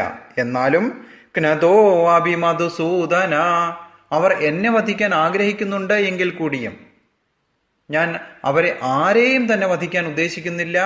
ഇതുകൊണ്ട് യാതൊരു ഗുണവും ഉണ്ടാകാൻ പോകുന്നില്ല. ഈ കിട്ടുന്ന ശ്രേയസ് എനിക്ക് വേണ്ട, എനിക്ക് രാജ്യം വേണ്ട, സുഖം വേണ്ട, യാതൊരു തരത്തിലുള്ള കീർത്തിയും വേണ്ട. എന്തിനൊക്കെയാണോ ഞാനിവിടെ വന്നു നിൽക്കുന്നത് അവർ എല്ലാവരും തന്നെ ആർക്കു വേണ്ടിയാണോ ഞാൻ ചെയ്യുന്നത് അവരെല്ലാവരും ഇവിടെ ഉണ്ട്. അവരെല്ലാവരും ഒരുപക്ഷെ മരിക്കും. പിന്നെ ആർക്കു വേണ്ടിയാണ് ഞാനിത് ചെയ്യുന്നത്? എൻ്റെ സഹോദരങ്ങളെയും പിതാക്കന്മാരെയും മാതുലന്മാരെയും ഞാൻ എന്തിനു വേണ്ടി വധിക്കണം എന്ന് അർജുനൻ ഭഗവാനോട് ചോദിക്കുകയാണ്. മധുസൂദന എന്നും പറഞ്ഞാൽ ചോദിക്കുന്നത്. മധു എന്ന രാക്ഷസനെ, മധു കൈടഭ വധം അറിയാം അല്ലെ, ഭഗവാന്റെ ചെവിയിൽ നിന്നും ചെവിയിലെ മെഴുകിൽ നിന്നുമുണ്ടായ 2 അസുരന്മാരാണ് മധുവും കൈടപനും. മധു എന്ന അസുരനെ ഭഗവാൻ വധിച്ചതുകൊണ്ടാണ് ഭഗവാന് മധുസൂദന എന്ന പേര് വരുന്നത്. 35-ാമത്തെ ശ്ലോകത്തിൽ അർജുനൻ ഭഗവാനോട് പറയാണ്, അഭി ത്രൈലോക്യരാജ്യസ്യ ഹേതോ കിം नु മഹീകൃതേ നിഹത്യാധാർത്തരാഷ്ട്രാൻ ന കാപ്രീതി സ ജനാർദ്ദന. ജനാർദ്ദന, ജന്മ മൃത്യു ജരാവ്യാധികളിൽ നിന്നും രക്ഷിക്കാൻ കഴിവുള്ള ഭഗവാനെ എന്നുള്ളതാണ് ജനാർദ്ദന എന്നുള്ളതിൻ്റെ അർത്ഥം. ജന്മ മൃത്യു ജരാവ്യാധികളിൽ നിന്ന് രക്ഷിക്കാൻ കഴിവുള്ള ഭഗവാനെ ആർക്ക് വേണ്ടിയാണ് ഞാൻ ഈ യുദ്ധം ചെയ്യുന്നത്? എനിക്കിനി അഭിത്രൈലോക്യരാജ്യസ്യ 3 ലോകങ്ങൾ തരാമെന്ന് പറഞ്ഞാലും, ത്രിലോകങ്ങൾ, ഭൂമിക്ക് മുകളിലും താഴെയുമുള്ള ലോകങ്ങളെല്ലാം കൂടിയ 14 ലോകങ്ങളും കൂടിയതാണ് ത്രിലോകങ്ങൾ. ഏതൊക്കെയാണെന്നറിയോ? ഭൂമിക്ക് മുകളിൽ 6 എണ്ണം, ഭൂമിക്ക് താഴെ 7 എണ്ണം. ഭൂമിക്ക് താഴെ ഏതൊക്കെയാണ്? അതലം, വിതലം, സുതലം, തലാതലം, മഹാതലം, രസാതലം, പാതാളം. ഇതിലെ സുതലത്തിലാണ് ഇന്നലെ മഹാബലി, നമ്മൾ വാമനമൂർത്തിയുടെ കഥ ശ്രീമദ് ഭാഗവതത്തിൽ പറയുന്ന സമയത്ത് സുതലത്തിലാണ് മഹാബലി ചക്രവർത്തി വാഴുന്നത്. ഭൂമിക്ക് മുകളിലുള്ള ലോകങ്ങളാണ് ഭൂർലോകം, സ്വർഗലോകം, മഹർലോകം, ജനലോകം, തപലോകം, സത്യലോകം. സത്യലോകം ബ്രഹ്മദേവന്റെ ലോകം. ഇങ്ങനെയുള്ള 14 ലോകങ്ങളും എനിക്ക് ജയിക്കാം എന്ന് വന്നാൽ പോലും ഞാൻ ഈ യുദ്ധത്തിന് തയ്യാറല്ല എന്ന് അർജുനൻ ഭഗവാനോട് പറയുകയാണ്. ദേവേന്ദ്രൻ തൻ്റെ സ്വർഗരാജ്യം നഷ്ടപ്പെടുമോ എന്ന് പേടിച്ചിട്ടാണ് ഭഗവാന്റെ അടുത്ത് ചെന്ന് മഹാബലിയെ ഒഴിവാക്കി തരണം എന്ന് പറഞ്ഞുകൊണ്ട് മഹാബലിയുടെ ശിരസിലെ ഭഗവാൻ കാൽ വെച്ച് അനുഗ്രഹിച്ച് സുതലത്തിലേക്ക് വിടുന്നത് അല്ലേ. ഇവിടെ അർജുനൻ പറയാണ്, 14 ലോകങ്ങൾ തന്നാലും എനിക്ക് വേണ്ട, ഞാൻ എൻ്റെ ബന്ധുക്കളെ വധിക്കാൻ തയ്യാറല്ല. അഭി ത്രൈലോക്യരാജ്യസ്യ ഹേതോ കിം नु മഹീകൃതേ. എന്തിനു വേണ്ടി ഞാൻ അവരെ വധിക്കണം? 3 രാജ്യങ്ങൾ തന്നാലും മഹീകൃതേ, രാജാവേ, ഞാൻ അവരെ വധിക്കാൻ തയ്യാറല്ല. നിഹത്യധാർത്തരാഷ്ട്രാൻ, ധൃതരാഷ്ട്രപുത്രന്മാരെ നിഹത്യ വധിക്കുന്നതിന് ന കാ പ്രീതി സ ജനാർദ്ദന. ന പ്രീതി, അവരെ വധിച്ചാൽ എന്ത് സന്തോഷമാണ് കിട്ടുക? ആരെയെങ്കിലും വധിച്ചു കിട്ടുന്ന സന്തോഷത്തിന് എന്ത് നിലനിൽപ്പാണുള്ളത് എന്ന് അർജുനൻ ഭഗവാനോട് ഈ 5 ശ്ലോകങ്ങളിലൂടെ ചോദിക്കുകയാണ്. ഇവിടെ അർജുനന്റെ സ്ഥിതി നമ്മളൊന്ന് ആലോചിച്ച് നോക്കിയേ. അർജുനൻ പൂർണ്ണമായും ഇമോഷണലാണ് അല്ലേ. വളരെയധികം ബന്ധുമിത്രാദികളോട് ബന്ധപ്പെട്ടിട്ടുള്ള സ്നേഹമാണ് നമുക്കിവിടെ അർജുനനിൽ കാണാൻ കഴിയുന്നത്. എന്നാൽ പാഞ്ചാലിയുടെ തലമുടി പിടിച്ച് വലിച്ചു കൊണ്ടുവരുന്ന അവസ്ഥയിലും വസ്ത്രാക്ഷേപം നടത്താൻ ശ്രമിക്കുന്ന അവസ്ഥയിലും പാണ്ഡവരെ ചൂത് കളിച്ച് കള്ളച്ചൂതിൽ പരാജയപ്പെടുത്തി വനത്തിലേക്ക് പുറപ്പെടാനായി തയ്യാറാക്കുന്ന അവസ്ഥയിലും 2 പ്രാവശ്യം ഭഗവാൻ ചെന്ന് അവരോട് പറഞ്ഞു, ഈ യുദ്ധത്തിന് നിങ്ങളൊരു കാരണമാകരുത് എന്ന് ദുര്യോധനാദികളോട് പറഞ്ഞപ്പോഴും ഒരു സൂചി കുത്തുന്ന സ്ഥലം പോലും ഞാൻ തരില്ല എന്ന് പറയുമ്പോഴൊന്നും നമ്മൾ ഈ ഇമോഷണൽ ഫീലിങ്സ് അവിടെ കണ്ടില്ല അല്ലേ. ആരിലും ഒരു ദുഃഖം ഉണ്ടായില്ല, ബന്ധുക്കളെയാണ് ഉപദ്രവിക്കണേ എന്നുള്ള യാതൊരു വിഷമവും ഉണ്ടായില്ല, ഒന്നും ഉണ്ടായില്ല. അർജുനന്റെ ഹൃദയം അത്രയും ഭക്തി സാന്ദ്രമാണ്, അത്രയും മൃദുലമായതുകൊണ്ടാണ് അർജുനൻ ഇങ്ങനെയൊക്കെ തോന്നുന്നത്.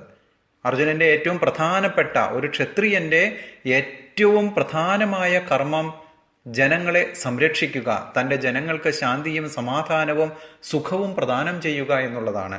അതെല്ലാം മറന്നു ഇവിടെ അർജുനൻ.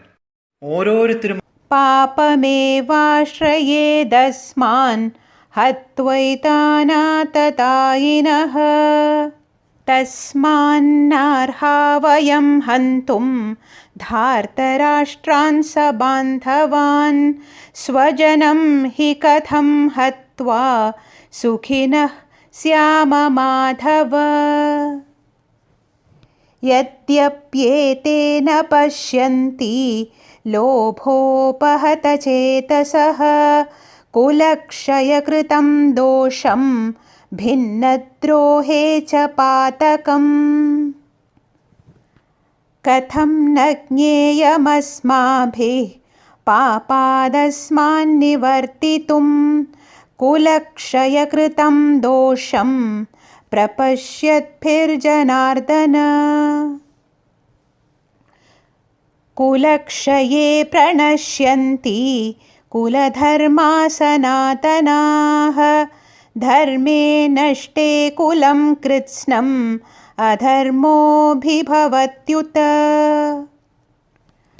अधर्माभिभवात् कृष्ण प्रदुष्यन्ति कुलस्त्रियः स्त्रीषु दुष्टासु वार्ष्णेय जायते वर्णसङ्करः പാപമേവാശ്രയേദസ്മാൻ ഹത്വൈയേതാനാദതായിന തസ്മാനർഹാ വയം ഹന്തും ധാർത്തരാഷ്ട്രാൻ സബാന്ധവാൻ സ്വജനം ഹി കഥം ഹത്വ സുഖിനസ്യാമ മാധവ. ഇവിടെ ഭഗവാനെ അർജുനൻ മാധവ എന്നാണ് വിളിക്കുന്നത്. മാധവൻ എന്ന് വിളിക്കാൻ കാരണം ലക്ഷ്മി ദേവിയുടെ പതിയാണ് മാധവൻ. എവിടെയാണോ ഭഗവാനുള്ളത് അവിടെ ലക്ഷ്മി ദേവിയും ഉണ്ടാകും. എന്നാൽ ഈ യുദ്ധസമയത്ത് ഇനി ഉണ്ടാകാൻ പോകുന്ന പ്രശ്നങ്ങളിൽ എന്തൊക്കെയാണ് പ്രശ്നമെന്ന് അർജുനൻ പറയുന്നുണ്ട് വഴിയെ. ഉണ്ടാകാൻ പോകുന്ന പ്രശ്നങ്ങളിൽ ലക്ഷ്മീപതിയായിട്ടുള്ള ഭഗവാനായിട്ടുള്ള അങ്ങ് ലക്ഷ്മി ദേവി പോലും അങ്ങിരിക്കുമ്പോൾ ലക്ഷ്മി ദേവി പോലും ഞങ്ങളെ സംരക്ഷിക്കാൻ ഉണ്ടാകില്ല എന്നുള്ള അർത്ഥത്തോടു കൂടിയാണ് മാധവ എന്ന് ഭഗവാൻ ഇവിടെ സൂചിപ്പിക്കുന്നത്.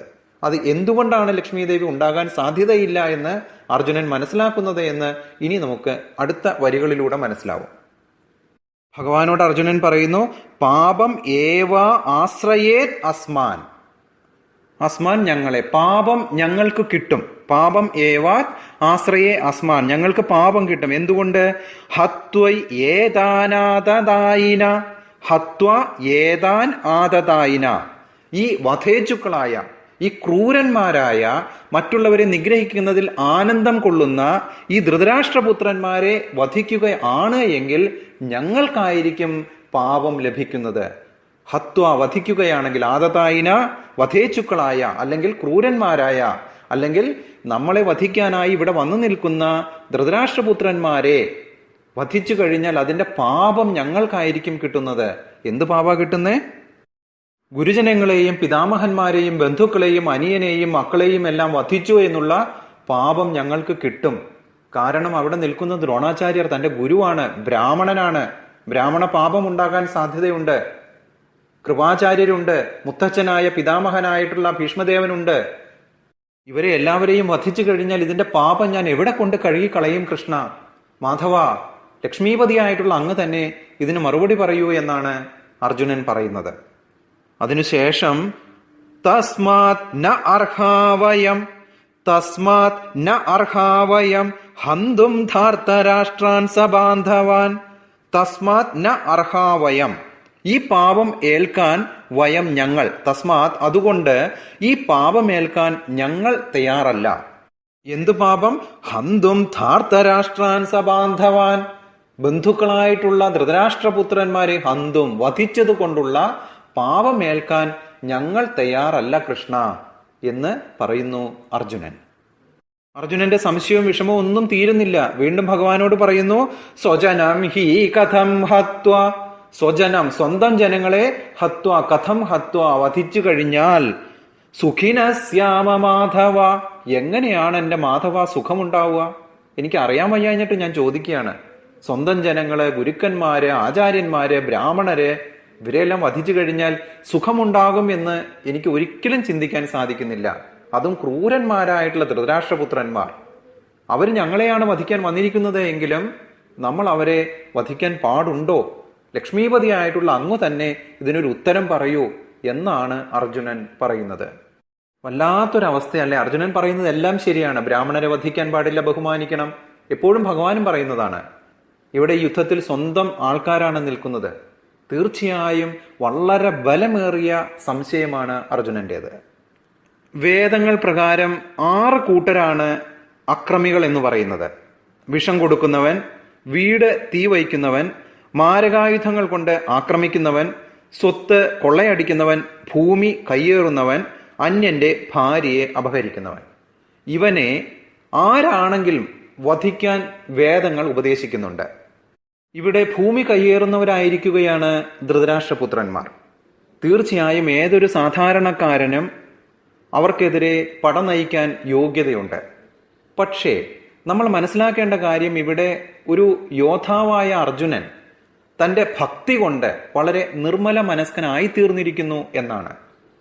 സാത്വിക ഭാവം ഉള്ളതുകൊണ്ടാണ് അർജുനൻ ഇത് കഴിയാത്തത്. പക്ഷേ സാത്വിക സ്വഭാവം ഇവിടെ അർജുനന് പറഞ്ഞിട്ടില്ല. അർജുനൻ ക്ഷത്രിയനാണ്. ക്ഷത്രിയർക്ക് സാത്വിക സ്വഭാവം പറഞ്ഞു കഴിഞ്ഞാൽ അവർ മറ്റുള്ളവർക്കെതിരെ യുദ്ധം ചെയ്യുന്നതിനോ ശത്രുക്കളെ നിഗ്രഹിക്കുന്നതിനോ കഠിനമായ ശിക്ഷകൾ വേണ്ടുന്നിടത്ത് ചെയ്യുന്നതിനോ അവർക്ക് സാധിക്കാതെ വരും. ക്ഷത്രിയനായ അർജുനൻ സാത്വിക സ്വഭാവത്തിലായിരിക്കുന്നത് കൊണ്ടാണ് ഇപ്രകാരം എല്ലാം മനസ്സിലേക്ക് വരുന്നത്. വീണ്ടും അർജുനൻ ഭഗവാനോട് പറയുന്നു, യേതി അപിതേ ന പശ്യന്തി ലോപോപഹത ചേതസ കുലക്ഷയകൃതം ദോഷം മിത്രദ്രോഹേ ച പാതകം. യതി അപിതേ ന പശ്യന്തി, അവർ യാതൊരു തരത്തിലുള്ള വിഷമവും കാണുന്നില്ല, യാതൊരു ദോഷവും കാണുന്നില്ല, ബുദ്ധിമുട്ടും കാണുന്നില്ല. എന്തുകൊണ്ട്? ലോപോപഹത ചേതസ, ലോപോപഹത ചേതസാണ് അവർക്ക്. എന്ന് പറഞ്ഞാൽ ലാഭത്തിന് വേണ്ടിയുള്ള മനസ്സോടുകൂടിയാണ് അവർ വന്നിരിക്കുന്നത്. ഞങ്ങൾക്ക് ഈ സ്ഥലം വേണം, ധനം വേണം, സ്വത്ത് സംരക്ഷിക്കണം, എല്ലാവരും നശിച്ചാലും വിരോധമില്ല, ഞങ്ങൾക്ക് ലാഭം വേണം, കിട്ടേണ്ടത് കിട്ടണം എന്ന ദുരാഗ്രഹത്തോട് കൂടി വന്നിരിക്കുന്നവരാണ് ധൃതരാഷ്ട്രപുത്രന്മാർ. എന്നാൽ നമ്മൾ അങ്ങനെയാണോ മാധവ? കുലക്ഷയകൃതം ദോഷം, കുലം തന്നെ നശിച്ചു പോവില്ലേ ഈ പ്രകാരം ദോഷം ഉണ്ടായിക്കഴിഞ്ഞാൽ?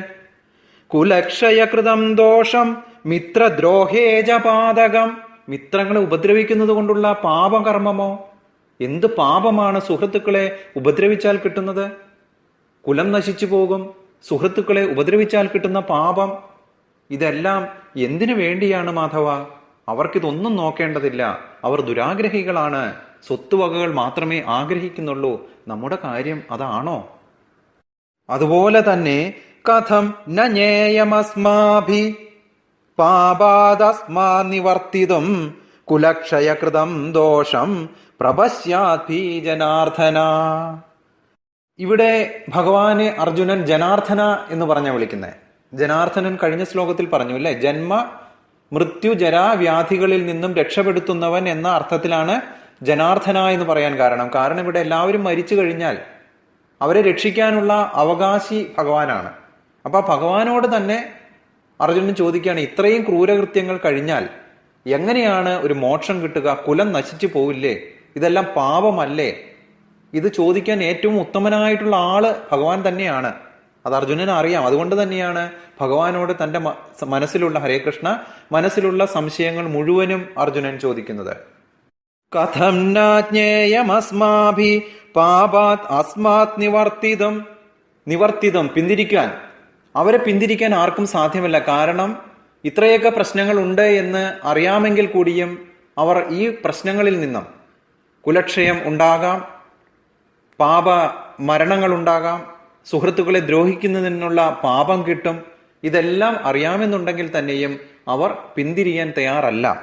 പക്ഷേ കുലക്ഷയകൃതം ദോഷം, കുലം തന്നെ നശിച്ചു പോകും എന്നുള്ള അവസ്ഥയിൽ നിൽക്കുന്ന ഈ സമയത്ത് പശ്യത് അഭിജനാർദ്ദന, ഇതറിയാവുന്ന നമുക്കിത് കാണാൻ കഴിയുന്നുണ്ട്. ഇതെല്ലാം നശിച്ചു പോകും, എല്ലാ കാര്യങ്ങളും നമുക്ക് മനസ്സിലാകുന്നുണ്ട്.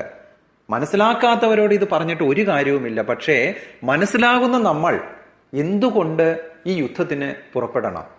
എല്ലാവരെയും വധിക്കണം. 39 ശ്ലോകത്തിൽ പറയുന്നു, കുലക്ഷയേ പ്രണശ്യന്തി കുലധർമ്മ സനാതന ധർമ്മേ നഷ്ടേ കുലം കൃഷ്ണ അധർമ്മോ അഭിഭവത്യുത.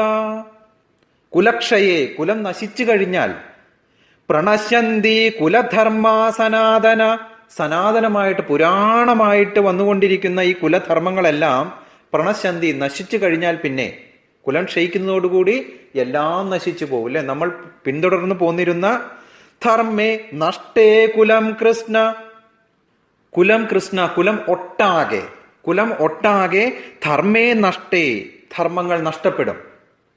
മാത്രമല്ല ആചാരങ്ങൾ പലതും ഇല്ലാതാകാം. വിവാഹം മുതൽ, ഒരു കുഞ്ഞ് വയറിൽ ഉണ്ടാകുന്നത് മുതൽ മരണശേഷം വരെ, ആ കുഞ്ഞിന്റെ മരണശേഷവും പലതരത്തിലുള്ള കർമ്മങ്ങളിലൂടെയാണ് ഒരാൾ കടന്നു പോകുന്നത്. ഇതെല്ലാം പറഞ്ഞു കൊടുക്കുന്നതിനും ആളുകൾ വേണം, അത് പിന്തുടർച്ചയായി കൊണ്ടുപോകുന്നതിന് ആളുകൾ വേണം. ഇതെല്ലാം ഇല്ലാതാവില്ലേ? സമൂഹത്തിൽ തന്നെ വ്യവസ്ഥ ഇല്ലാതാകും. പിന്നെ ചോദിക്കുകയാണ്, അധർമാഭിഭവാത് കൃഷ്ണ പ്രദുഷ്യന്തി കുലസ്ത്രീയ സ്ത്രീഷു ദുഷ്ടാസു വാർഷ്ണേയ ജായതേ വർണ്ണസങ്കര. അധർമ്മ അഭിഭവാത്. അധാർമികതയ്ക്ക് അടിമപ്പെടില്ലേ? യുദ്ധത്തിൽ ആണുങ്ങളെല്ലാവരും മരിച്ചു പോകും. നമ്മൾ ഈ കാണുന്ന ജനങ്ങളിൽ മിക്കവാറും എല്ലാവരും തന്നെ മരിച്ചു പോകും. അത് കഴിയുമ്പോൾ അധർമ്മ അഭിഭവാത് കൃഷ്ണ. അധർമ്മത്തിന് അടിമപ്പെടില്ലേ? ആരടിമപ്പെടില്ലേ? പ്രതിഷ്യന്തി കുലസ്ത്രീയ. കുലസ്ത്രീകളായിട്ടുള്ള നമ്മുടെ പത്നിമാരും സഹോദരിമാരും മക്കളും എല്ലാവരും തന്നെ പ്രദുഷ്യന്തി, മോശക്കാരിയായി മാറാനുള്ള സാധ്യതയില്ലേ? സ്ത്രീഷു ദുഷ്ടേസു വാർഷ്ണേയ. ഹേ വൃഷ്ണീകുലത്തിൽ പിറന്നവനെ, വൃഷ്ണീകുല ജാതനായിട്ടുള്ള ഭഗവാനെ കൃഷ്ണ, സ്ത്രീഷു ദുഷ്ടാസു, സ്ത്രീകൾ ചീത്തയായി കഴിഞ്ഞാൽ, ജായതേ വർണ്ണസങ്കര, അനഭിമത ജനനം ഉണ്ടാവില്ലേ എന്നാണ് അർജുനൻ ചോദിക്കുന്നത്. കൃഷ്ണ, വൃഷ്ണികുലത്തിൽ പിറന്നവനെ, കുലത്തിൽ അധർമ്മം മുന്നിട്ട് വന്നു കഴിഞ്ഞാൽ സ്ത്രീകൾ ദുഷിച്ചു പോവില്ലേ? സ്ത്രീത്വം ദുഷിച്ചാൽ ആർക്കും വേണ്ടാത്ത കുട്ടികൾ ഉണ്ടാവില്ലേ?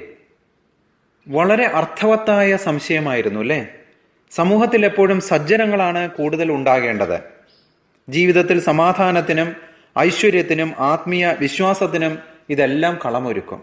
സങ്കരോ നരകായൈവ കുലാജ്ഞാനം കുലസ്യ ച പതന്തി പിതരോ ഹേഷാം ലുപ്തപിണ്ഡോദകക്രിയാ. ശ്ലോകം 42. ദോഷൈരൈതൈ കുലജ്ഞാനം വർണ്ണസങ്കരകാരകൈ ഉത്സാദ്യന്തെ ജാതിധർമാ കുലധർമാശ്ച ശാശ്വതാ. ശ്ലോകം 43. ഉത്സന്നാ കുലധർമാണാം മനുഷ്യാണാം ജനാർദ്ദന നരകേ നിയതം വാസോ ഭവതിത്യനുശുശ്രുമാ. ശ്ലോകം 44. അഹോ ബത മഹത് പാപം കർത്തും വ്യവസിതാ വയം യദ്രാജാ സുഖലോഭേന ഹന്തും സ്വജനമുദ്യതാ. ശ്ലോകം 45. യദി മാമ പ്രതീകാരം അശസ്ത്രം ശസ്ത്രപാണയാ ധാർത്തരാഷ്ട്രാരണേ ഹന്യുസ് തന്മേ ക്ഷേമതരം ഭവേത്. ശ്ലോകം 46. സഞ്ജയോവാച ഏവം മുക്ത്വാർജുന സംഖ്യേ രഥോപസ്ഥ ഉപാവിശത് വിസൃജ്യ സശരം ചാപം ശോകസംവിഘ്നമാനസ. ഹരേ കൃഷ്ണ. സംകരോ നരകായേവ കുലജ്ഞാനാം കുലസ്യ ച പതന്തി പിതരോ ഹി യേഷാം ലുപ്തപിണ്ഡോദകക്രിയാ. സംകരോ നരകായേവ കുലജ്ഞാനാം കുലസ്യ ച. കുലജ്ഞാനാം, കുലത്തെ മുടിച്ചവർക്കും കുലം മുടിഞ്ഞവർക്കും, സംകരോ, അധാർമികരായ സങ്കരജാതിയിൽപ്പെട്ട കുട്ടികളുണ്ടായാൽ, അങ്ങനെയാണ് ഉണ്ടാവുക എന്ന് അർജുനൻ പറയുന്നു. അധാർമികരായിട്ടുള്ള പുരുഷന്മാരും കുലം നശിച്ച ക്ഷയിച്ച സ്ത്രീകൾക്കും കൂടി നരക തുല്യമായ ജീവിതമുണ്ടാകാൻ പോകുന്ന സംകര വിഭാഗത്തിൽപ്പെട്ട കുട്ടികളാണ് ഉണ്ടാകാൻ പോകുന്നത് എന്നാണ് അർജുനൻ പറയുന്നത്. പതന്തി പിതരോ ഹി യേഷാം.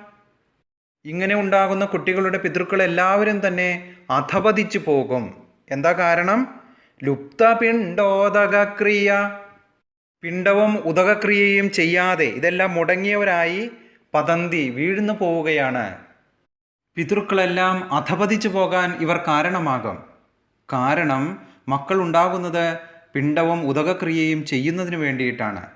ആചാരങ്ങൾ പാലിക്കാത്ത അധാർമികളായ സങ്കര വിഭാഗത്തിൽപ്പെടുന്ന അധാർമികളായവർക്കുണ്ടാകുന്ന കുലസ്ത്രീകൾ ക്ഷയിച്ചു പോകുമ്പോൾ അവർക്കുണ്ടാകുന്ന കുഞ്ഞുങ്ങൾ ഈ പ്രവർത്തികൾ ഒന്നും ചെയ്യുകയില്ല.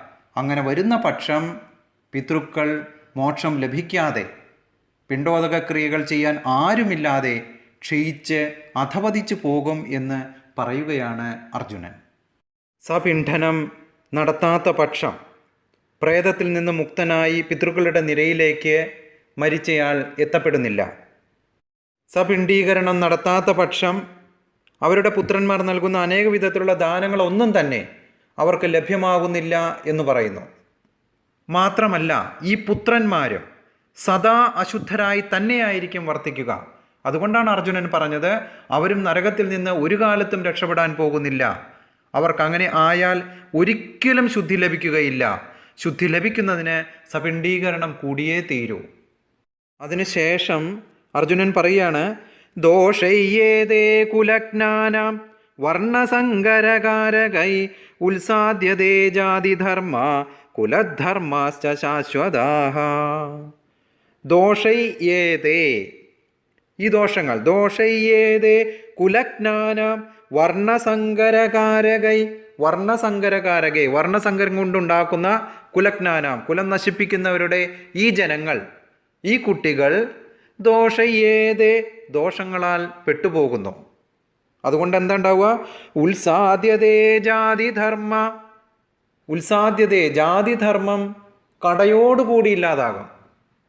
എന്തൊക്കെയായിരുന്നോ നമ്മുടെ കുലത്തിൽ ഉണ്ടായിരുന്ന ആചാരങ്ങൾ, ആ ആചാരങ്ങൾ എല്ലാം തന്നെ ഒന്നുപോലും ഇല്ലാതെ ക്ഷയിച്ചു പോകുമെന്ന് അർജുനൻ പറയുന്നു. ഉത്സാദ്യതേ ജാതിധർമ്മ കുലധർമാശ്ച ശാശ്വത. എന്നും എന്നും നിലനിൽക്കേണ്ടിയിട്ടുള്ള ഈ കുലധർമ്മങ്ങളെല്ലാം തന്നെ അധാർമികളായ കുട്ടികൾ ഉണ്ടാകുന്നതോടുകൂടി അധാർമികളും ആചാരം ലംഘിക്കുന്നവരുമായ ആളുകൾ കുലത്തെ മുടിക്കും. കുലത്തിൽ യാതൊന്നും ഉണ്ടാവുകയില്ല, എല്ലാം ക്ഷയിച്ചു പോകും കൃഷ്ണ എന്ന് പറയുന്നു അർജുനൻ. കുലധർമാണാം മനുഷ്യാണാം ജനാർദ്ദന നരകേ നിയതം വാസോ ഭവതി അനുശുശ്രുമാ. ഉത്സന്ന കുലധർമാണാം മനുഷ്യാണാം ജനാർദ്ദന. ഹേ ജനാർദ്ദന, ഭഗവാനെ, ഉത്സന്ന കുലധർമാണാം, കുലം പാടേ മുടിക്കുന്ന ഈ മനുഷ്യർക്ക് നരകേ നിയതം വാസോ, നിയതം എന്നും നരകത്തിലാണ് എന്നും വാസമെന്ന് ഭവതി അനുശുശ്രുമാ, ഞാൻ കേട്ടിട്ടുണ്ട്. ഇവിടെ അർജുനൻ സ്വന്തം അനുഭവങ്ങൾ ഉൾക്കൊണ്ടുകൊണ്ടല്ല പറയുന്നത്. മറ്റുള്ളവരിൽ നിന്നും കേട്ടിട്ടുണ്ട്, ആചാര്യന്മാരിൽ നിന്ന്, ഗുരുക്കന്മാരിൽ നിന്ന്, പിതാക്കന്മാരിൽ നിന്ന്, തൻ്റെ അമ്മയിൽ നിന്ന് എല്ലാം താൻ ഇതേപോലുള്ള കാര്യങ്ങൾ അറിഞ്ഞിട്ടുണ്ട്. ഒരാൾ താൻ ജീവിച്ചിരിക്കുന്ന അവസ്ഥയിൽ തനിക്ക് വേണ്ടിയും തൻ്റെ പിതാക്കന്മാർക്ക് വേണ്ടിയും പലതരത്തിലുള്ള കർമ്മങ്ങളും ചെയ്യേണ്ടതായിട്ടുണ്ട്. മരണത്തിന് മുൻപ് ചെയ്യേണ്ട ഈ പരിഹാര ക്രിയകൾ നിശ്ചയമായും അനുഷ്ഠിക്കണം എന്നുള്ള വ്യവസ്ഥയുമുണ്ട്. അങ്ങനെ ചെയ്യാത്ത പക്ഷം ആരാണോ ചെയ്യാതിരിക്കുന്നത് അവരും അതുപോലെ തന്നെ അവരുടെ പിതൃക്കളും ഇതേ രീതിയിൽ തന്നെ നാശം നേരിടും. അതുകൊണ്ട് ഒരു തരത്തിലും അവർക്ക് സ്ഥിരമായ ഒരു നരക ജീവിതം ഉണ്ടാകാതിരിക്കുന്നതിന് വേണ്ടി ഈ യുദ്ധത്തിൽ നമ്മൾ ഏർപ്പെടേണ്ടതില്ല കൃഷ്ണ എന്നാണ് അർജുനൻ ഭഗവാനോട് പറയുന്നത്. 44-ാമത്തെ ശ്ലോകത്തിൽ അഹോ ബദമഹത് പാപം കർത്തും വ്യവസിതാവയം യത് രാജ്യസുഖലോഭേന ഹന്തും സ്വജനമുദ്യത. അഹോ, എനിക്ക് ആശ്ചര്യം തോന്നുകയാണ്. എന്തിനാ ആശ്ചര്യം തോന്നുന്നത്? ബദമഹത് പാപം, ഇത്രയും വലിയൊരു പാപം, കഷ്ടമായി തോന്നുകയാണ് എനിക്ക്. ഇത്രയും വലിയൊരു പാപത്തിന് നമ്മൾ കർത്തും വ്യവസിതാവയം, ഇത് ചെയ്യുന്നതിന് വേണ്ടി തുനിഞ്ഞ് നമ്മൾ ഇറങ്ങിയിരിക്കുന്നല്ലോ കൃഷ്ണ. എനിക്ക് ആശ്ചര്യമാണ് തോന്നുന്നത്. എന്തൊരു വലിയ മഹാപാപമാണ് നമ്മൾ ചെയ്യാൻ പോകുന്നത്. യത് രാജ്യസുഖലോഭേന ഹന്തും സ്വജനമുദ്യത, അതും രാജ്യസുഖം അനുഭവിക്കാൻ വേണ്ടി. ആരെ കൊന്നിട്ട്? സ്വന്തം ജനങ്ങളെ ഇല്ലാതാക്കിയിട്ട്. ഇന്നാണെങ്കിൽ അമ്മയെ പതുക്കെ പതുക്കെ ടെറസിൻ്റെ മുകളിൽ കൊണ്ടുപോയി അവിടെ നിന്ന് തള്ളിയിടുന്ന ജനങ്ങളാണുള്ളതല്ലേ. ഇവിടെ അർജുനന് സ്വന്തം ജനങ്ങൾ മരിച്ചാലോ എന്നുള്ള പേടി ഓർത്തിട്ടാണ് ഈ യുദ്ധത്തിന് ഞാൻ തയ്യാറാകുന്നില്ല എന്ന് പറയുന്നത്. അത്രയും മൃദുലഹൃദയനായിട്ടുള്ള അർജുനൻ ഭഗവാനോട് അപേക്ഷിക്കുകയാണ്, ഞാൻ എന്താണ് ചെയ്യേണ്ടത്? എന്തു വലിയ മഹാപാപമാണ് നമ്മൾ ചെയ്യാൻ പോകുന്നത്? സ്വന്തം ജനങ്ങളെ, അതും വെറും രാജ്യത്തിനും സുഖത്തിനും മണ്ണിനും വേണ്ടി കൊല്ലുക എന്ന് പറയുന്ന നീചമായ പ്രവൃത്തിയല്ലേ നമ്മളിവിടെ ചെയ്യാൻ പോകുന്നത്? വീണ്ടും ഭഗവാനോട് പറയുന്നു, യതിമാം അപ്രതികാരം അശസ്ത്രം ശസ്ത്രപാണയ ധാർത്തരാഷ്ട്രാരണേ ഹന്യം തത്മേ ക്ഷേമതരം ഭവേത്. യതിമാം അപ്രതികാരം, പ്രതികരിക്കാൻ നിൽക്കാത്ത, ഞാൻ യുദ്ധത്തിന് അവരോട് പോകുന്നില്ല. യതിമാം അപ്രതികാരം അശസ്ത്രം, ഞാൻ യുദ്ധവും എടുക്കുന്നില്ല, ശസ്ത്രങ്ങളൊന്നും തന്നെ ഞാൻ ഉപേക്ഷിക്കാൻ പോവുകയാണ്, നിരായുധനായി തീരാൻ പോവുകയാണ്. അങ്ങനെയുള്ള എന്നെ ശസ്ത്രപാണയ, ആയുധങ്ങളുള്ള ദുര്യോധനാദികൾ ധാർത്തരാഷ്ട്രാരണേ ഹന്യം, യുദ്ധാങ്കണത്തിൽ വെച്ച് ധാർത്തരാഷ്ട്രന്മാർ എന്നെ വധിക്കട്ടെ. തത്മേ ക്ഷേമതരം ഭവത്, ഇതിലും ഭേദം, ഈ യുദ്ധത്തിൽ പരസ്പരം അങ്ങോട്ടും ഇങ്ങോട്ടും കൊല്ലുന്നതിനേക്കാൾ എത്രയോ ഭേദമാണ് നിരായുധനായി യാതൊരു പ്രതികാരത്തിലും ആഗ്രഹമില്ലാതെ ഇവിടെ ഞാൻ നിൽക്കുന്ന എന്നെ അവർ അങ്ങ് വധിച്ചു കൊള്ളട്ടെ. എത്രയോ ഭേദമാണിത് കൃഷ്ണ. ഇപ്രകാരം എന്താണ് ചെയ്യേണ്ടത് എന്നറിയാതെ എത്ര വലിയ പാപകർമ്മത്തിലേക്കാണ് താൻ ചെന്നുചാടാൻ പോകുന്നത് എന്ന് മനസ്സിലാക്കുന്ന അർജുനൻ രഥത്തിൽ എന്നെ അവർ കൊന്നുകൊള്ളട്ടെ, ധാർത്തരാഷ്ട്രപുത്രന്മാർ എന്നെ കൊന്നുകൊള്ളട്ടെ എന്ന് പറയുന്നതായി സഞ്ജയൻ ധൃതരാഷ്ട്രരോട് പറയുകയാണ്. ഇതെല്ലാം ധൃതരാഷ്ട്ര കാണുന്നുണ്ട് കേട്ടോ. പക്ഷേ ഈ വിഷമങ്ങളും വിലാപങ്ങളും അർജുനൻ ഭഗവാനോട് പറയുന്നതും എല്ലാം സഞ്ജയൻ ധൃതരാഷ്ട്രരോട് പറഞ്ഞു കൊടുക്കുന്നുണ്ട്. പക്ഷെ അദ്ദേഹത്തിൻ്റെ ഹൃദയത്തിന് യാതൊരു അനക്കവുമില്ല. സഞ്ജയൻ പറയാണ്, സഞ്ജയ ഉവാച, സഞ്ജയൻ ധൃതരാഷ്ട്രരോട് പറഞ്ഞു, ഏവമുക്ത അർജുന സംഖ്യേ രഥോ ഉപസ്ഥൗപാവിശത് വിസൃജ്യ സശരം ചാപം ശോക സംവിഘ്നമാനസ. ഏവമുക്ത അർജുന, ഇപ്രകാരം അർജുനൻ ഭഗവാനോട് പറയുകയാണ്, മഹാരാജാവേ എന്ന് സഞ്ജയൻ പറയുന്നു. ഏവമുക്ത അർജുന, എവിടെ നിന്നുകൊണ്ടാണ് പറയുന്നത്? സംഖ്യേ, രണാങ്കണത്തിൽ, പോർക്കളത്തിൽ തൻ്റെ തേരിലിരുന്നു കൊണ്ട് പറയുകയാണ് അർജുനൻ. ഏവമുക്താർജുന സംഖ്യേ രഥോ ഉപസ്ഥ ഉപാവിശത്, തേരിന് നടുവിൽ തന്നെ അർജുനൻ ഇരിക്കുകയാണ്. ഞാനിനി യുദ്ധത്തിനില്ല, ആയുധങ്ങളെല്ലാം എൻ്റെ കയ്യിൽ നിന്നും താഴെ വീഴുകയാണ്, ആരെയും ഞാൻ വധിക്കാൻ ഉദ്ദേശിക്കുന്നില്ല എന്നെല്ലാം പറഞ്ഞു എന്ന് സഞ്ജയൻ ധൃതരാഷ്ട്ര മഹാരാജാവിനെ അറിയിക്കുകയാണ്. ശത്രുപക്ഷത്തെ സൈന്യസന്നാഹം നിരീക്ഷിക്കുന്നതിന് വേണ്ടിയാണ് അർജുനൻ ഭഗവാനോട് പറയുന്നത്, സേനയോരുഭയോർ മധ്യേ രഥം സ്ഥാപയമേ അച്യുത. ചുതി പറ്റാത്തവനെ, അവിടെ തന്നെ ഭഗവാനോട് പ്രത്യേകം പറയുന്നുണ്ട്, ഭഗവാന് തെറ്റുപറ്റില്ല. കൃഷ്ണ, അച്യുത, രണ്ടു സൈന്യത്തിൻ്റെയും നടുവിൽ കൊണ്ടുപോയി എൻ്റെ രഥം നിർത്തൂ, ഞാൻ രണ്ടുപേരെയും കാണട്ടെ. ആരൊക്കെയാണ് ദുർബുദ്ധികളായിട്ടുള്ള ധൃതരാഷ്ട്രപുത്രന്മാരെ സഹായിക്കുന്നതിന് വേണ്ടി ഇവിടെ വന്നിട്ടുള്ളത് എന്ന് ഞാനൊന്ന് നോക്കട്ടെ എന്ന് പറയുന്നു. ഭഗവാൻ രഥം രണ്ട് സൈന്യത്തിൻ്റെയും നടുവിൽ കൊണ്ടുപോയി നിർത്തി. അർജുനൻ എല്ലാവരെയും കണ്ടു. യുദ്ധം കൊണ്ട് ഉണ്ടാകാൻ പോകുന്ന വിപത്തുകൾ എന്തെല്ലാമാണ്, ഇന്ന പ്രശ്നങ്ങളെല്ലാം ഉണ്ടാവില്ലേ എന്ന് ഭഗവാനോട് ചോദിക്കുകയാണ്. ഇതിൻ്റെ യുദ്ധത്തിന് ശേഷമുള്ള സംഭവങ്ങൾ ഓർക്കുമ്പോൾ അർജുനൻ്റെ ശരീരം വിറയ്ക്കുന്നു, രോമാഞ്ചമുണ്ടാകുന്നു, ഗാന്ധീവൻ തൻ്റെ കയ്യിൽ നിന്നും താഴെ വീഴുന്നു. അവസാനം അർജുനൻ തന്നെ, എനിക്ക് യുദ്ധം ചെയ്യാൻ വയ്യ, ക്രൂരന്മാരായിട്ടുള്ള ധനമോഹികളായിട്ടുള്ള ധൃതരാഷ്ട്രപുത്രന്മാർ എന്നെ വധിച്ചു കൊള്ളട്ടെ എന്ന് പറഞ്ഞ് രഥത്തിൽ ഇരിക്കുകയാണ്.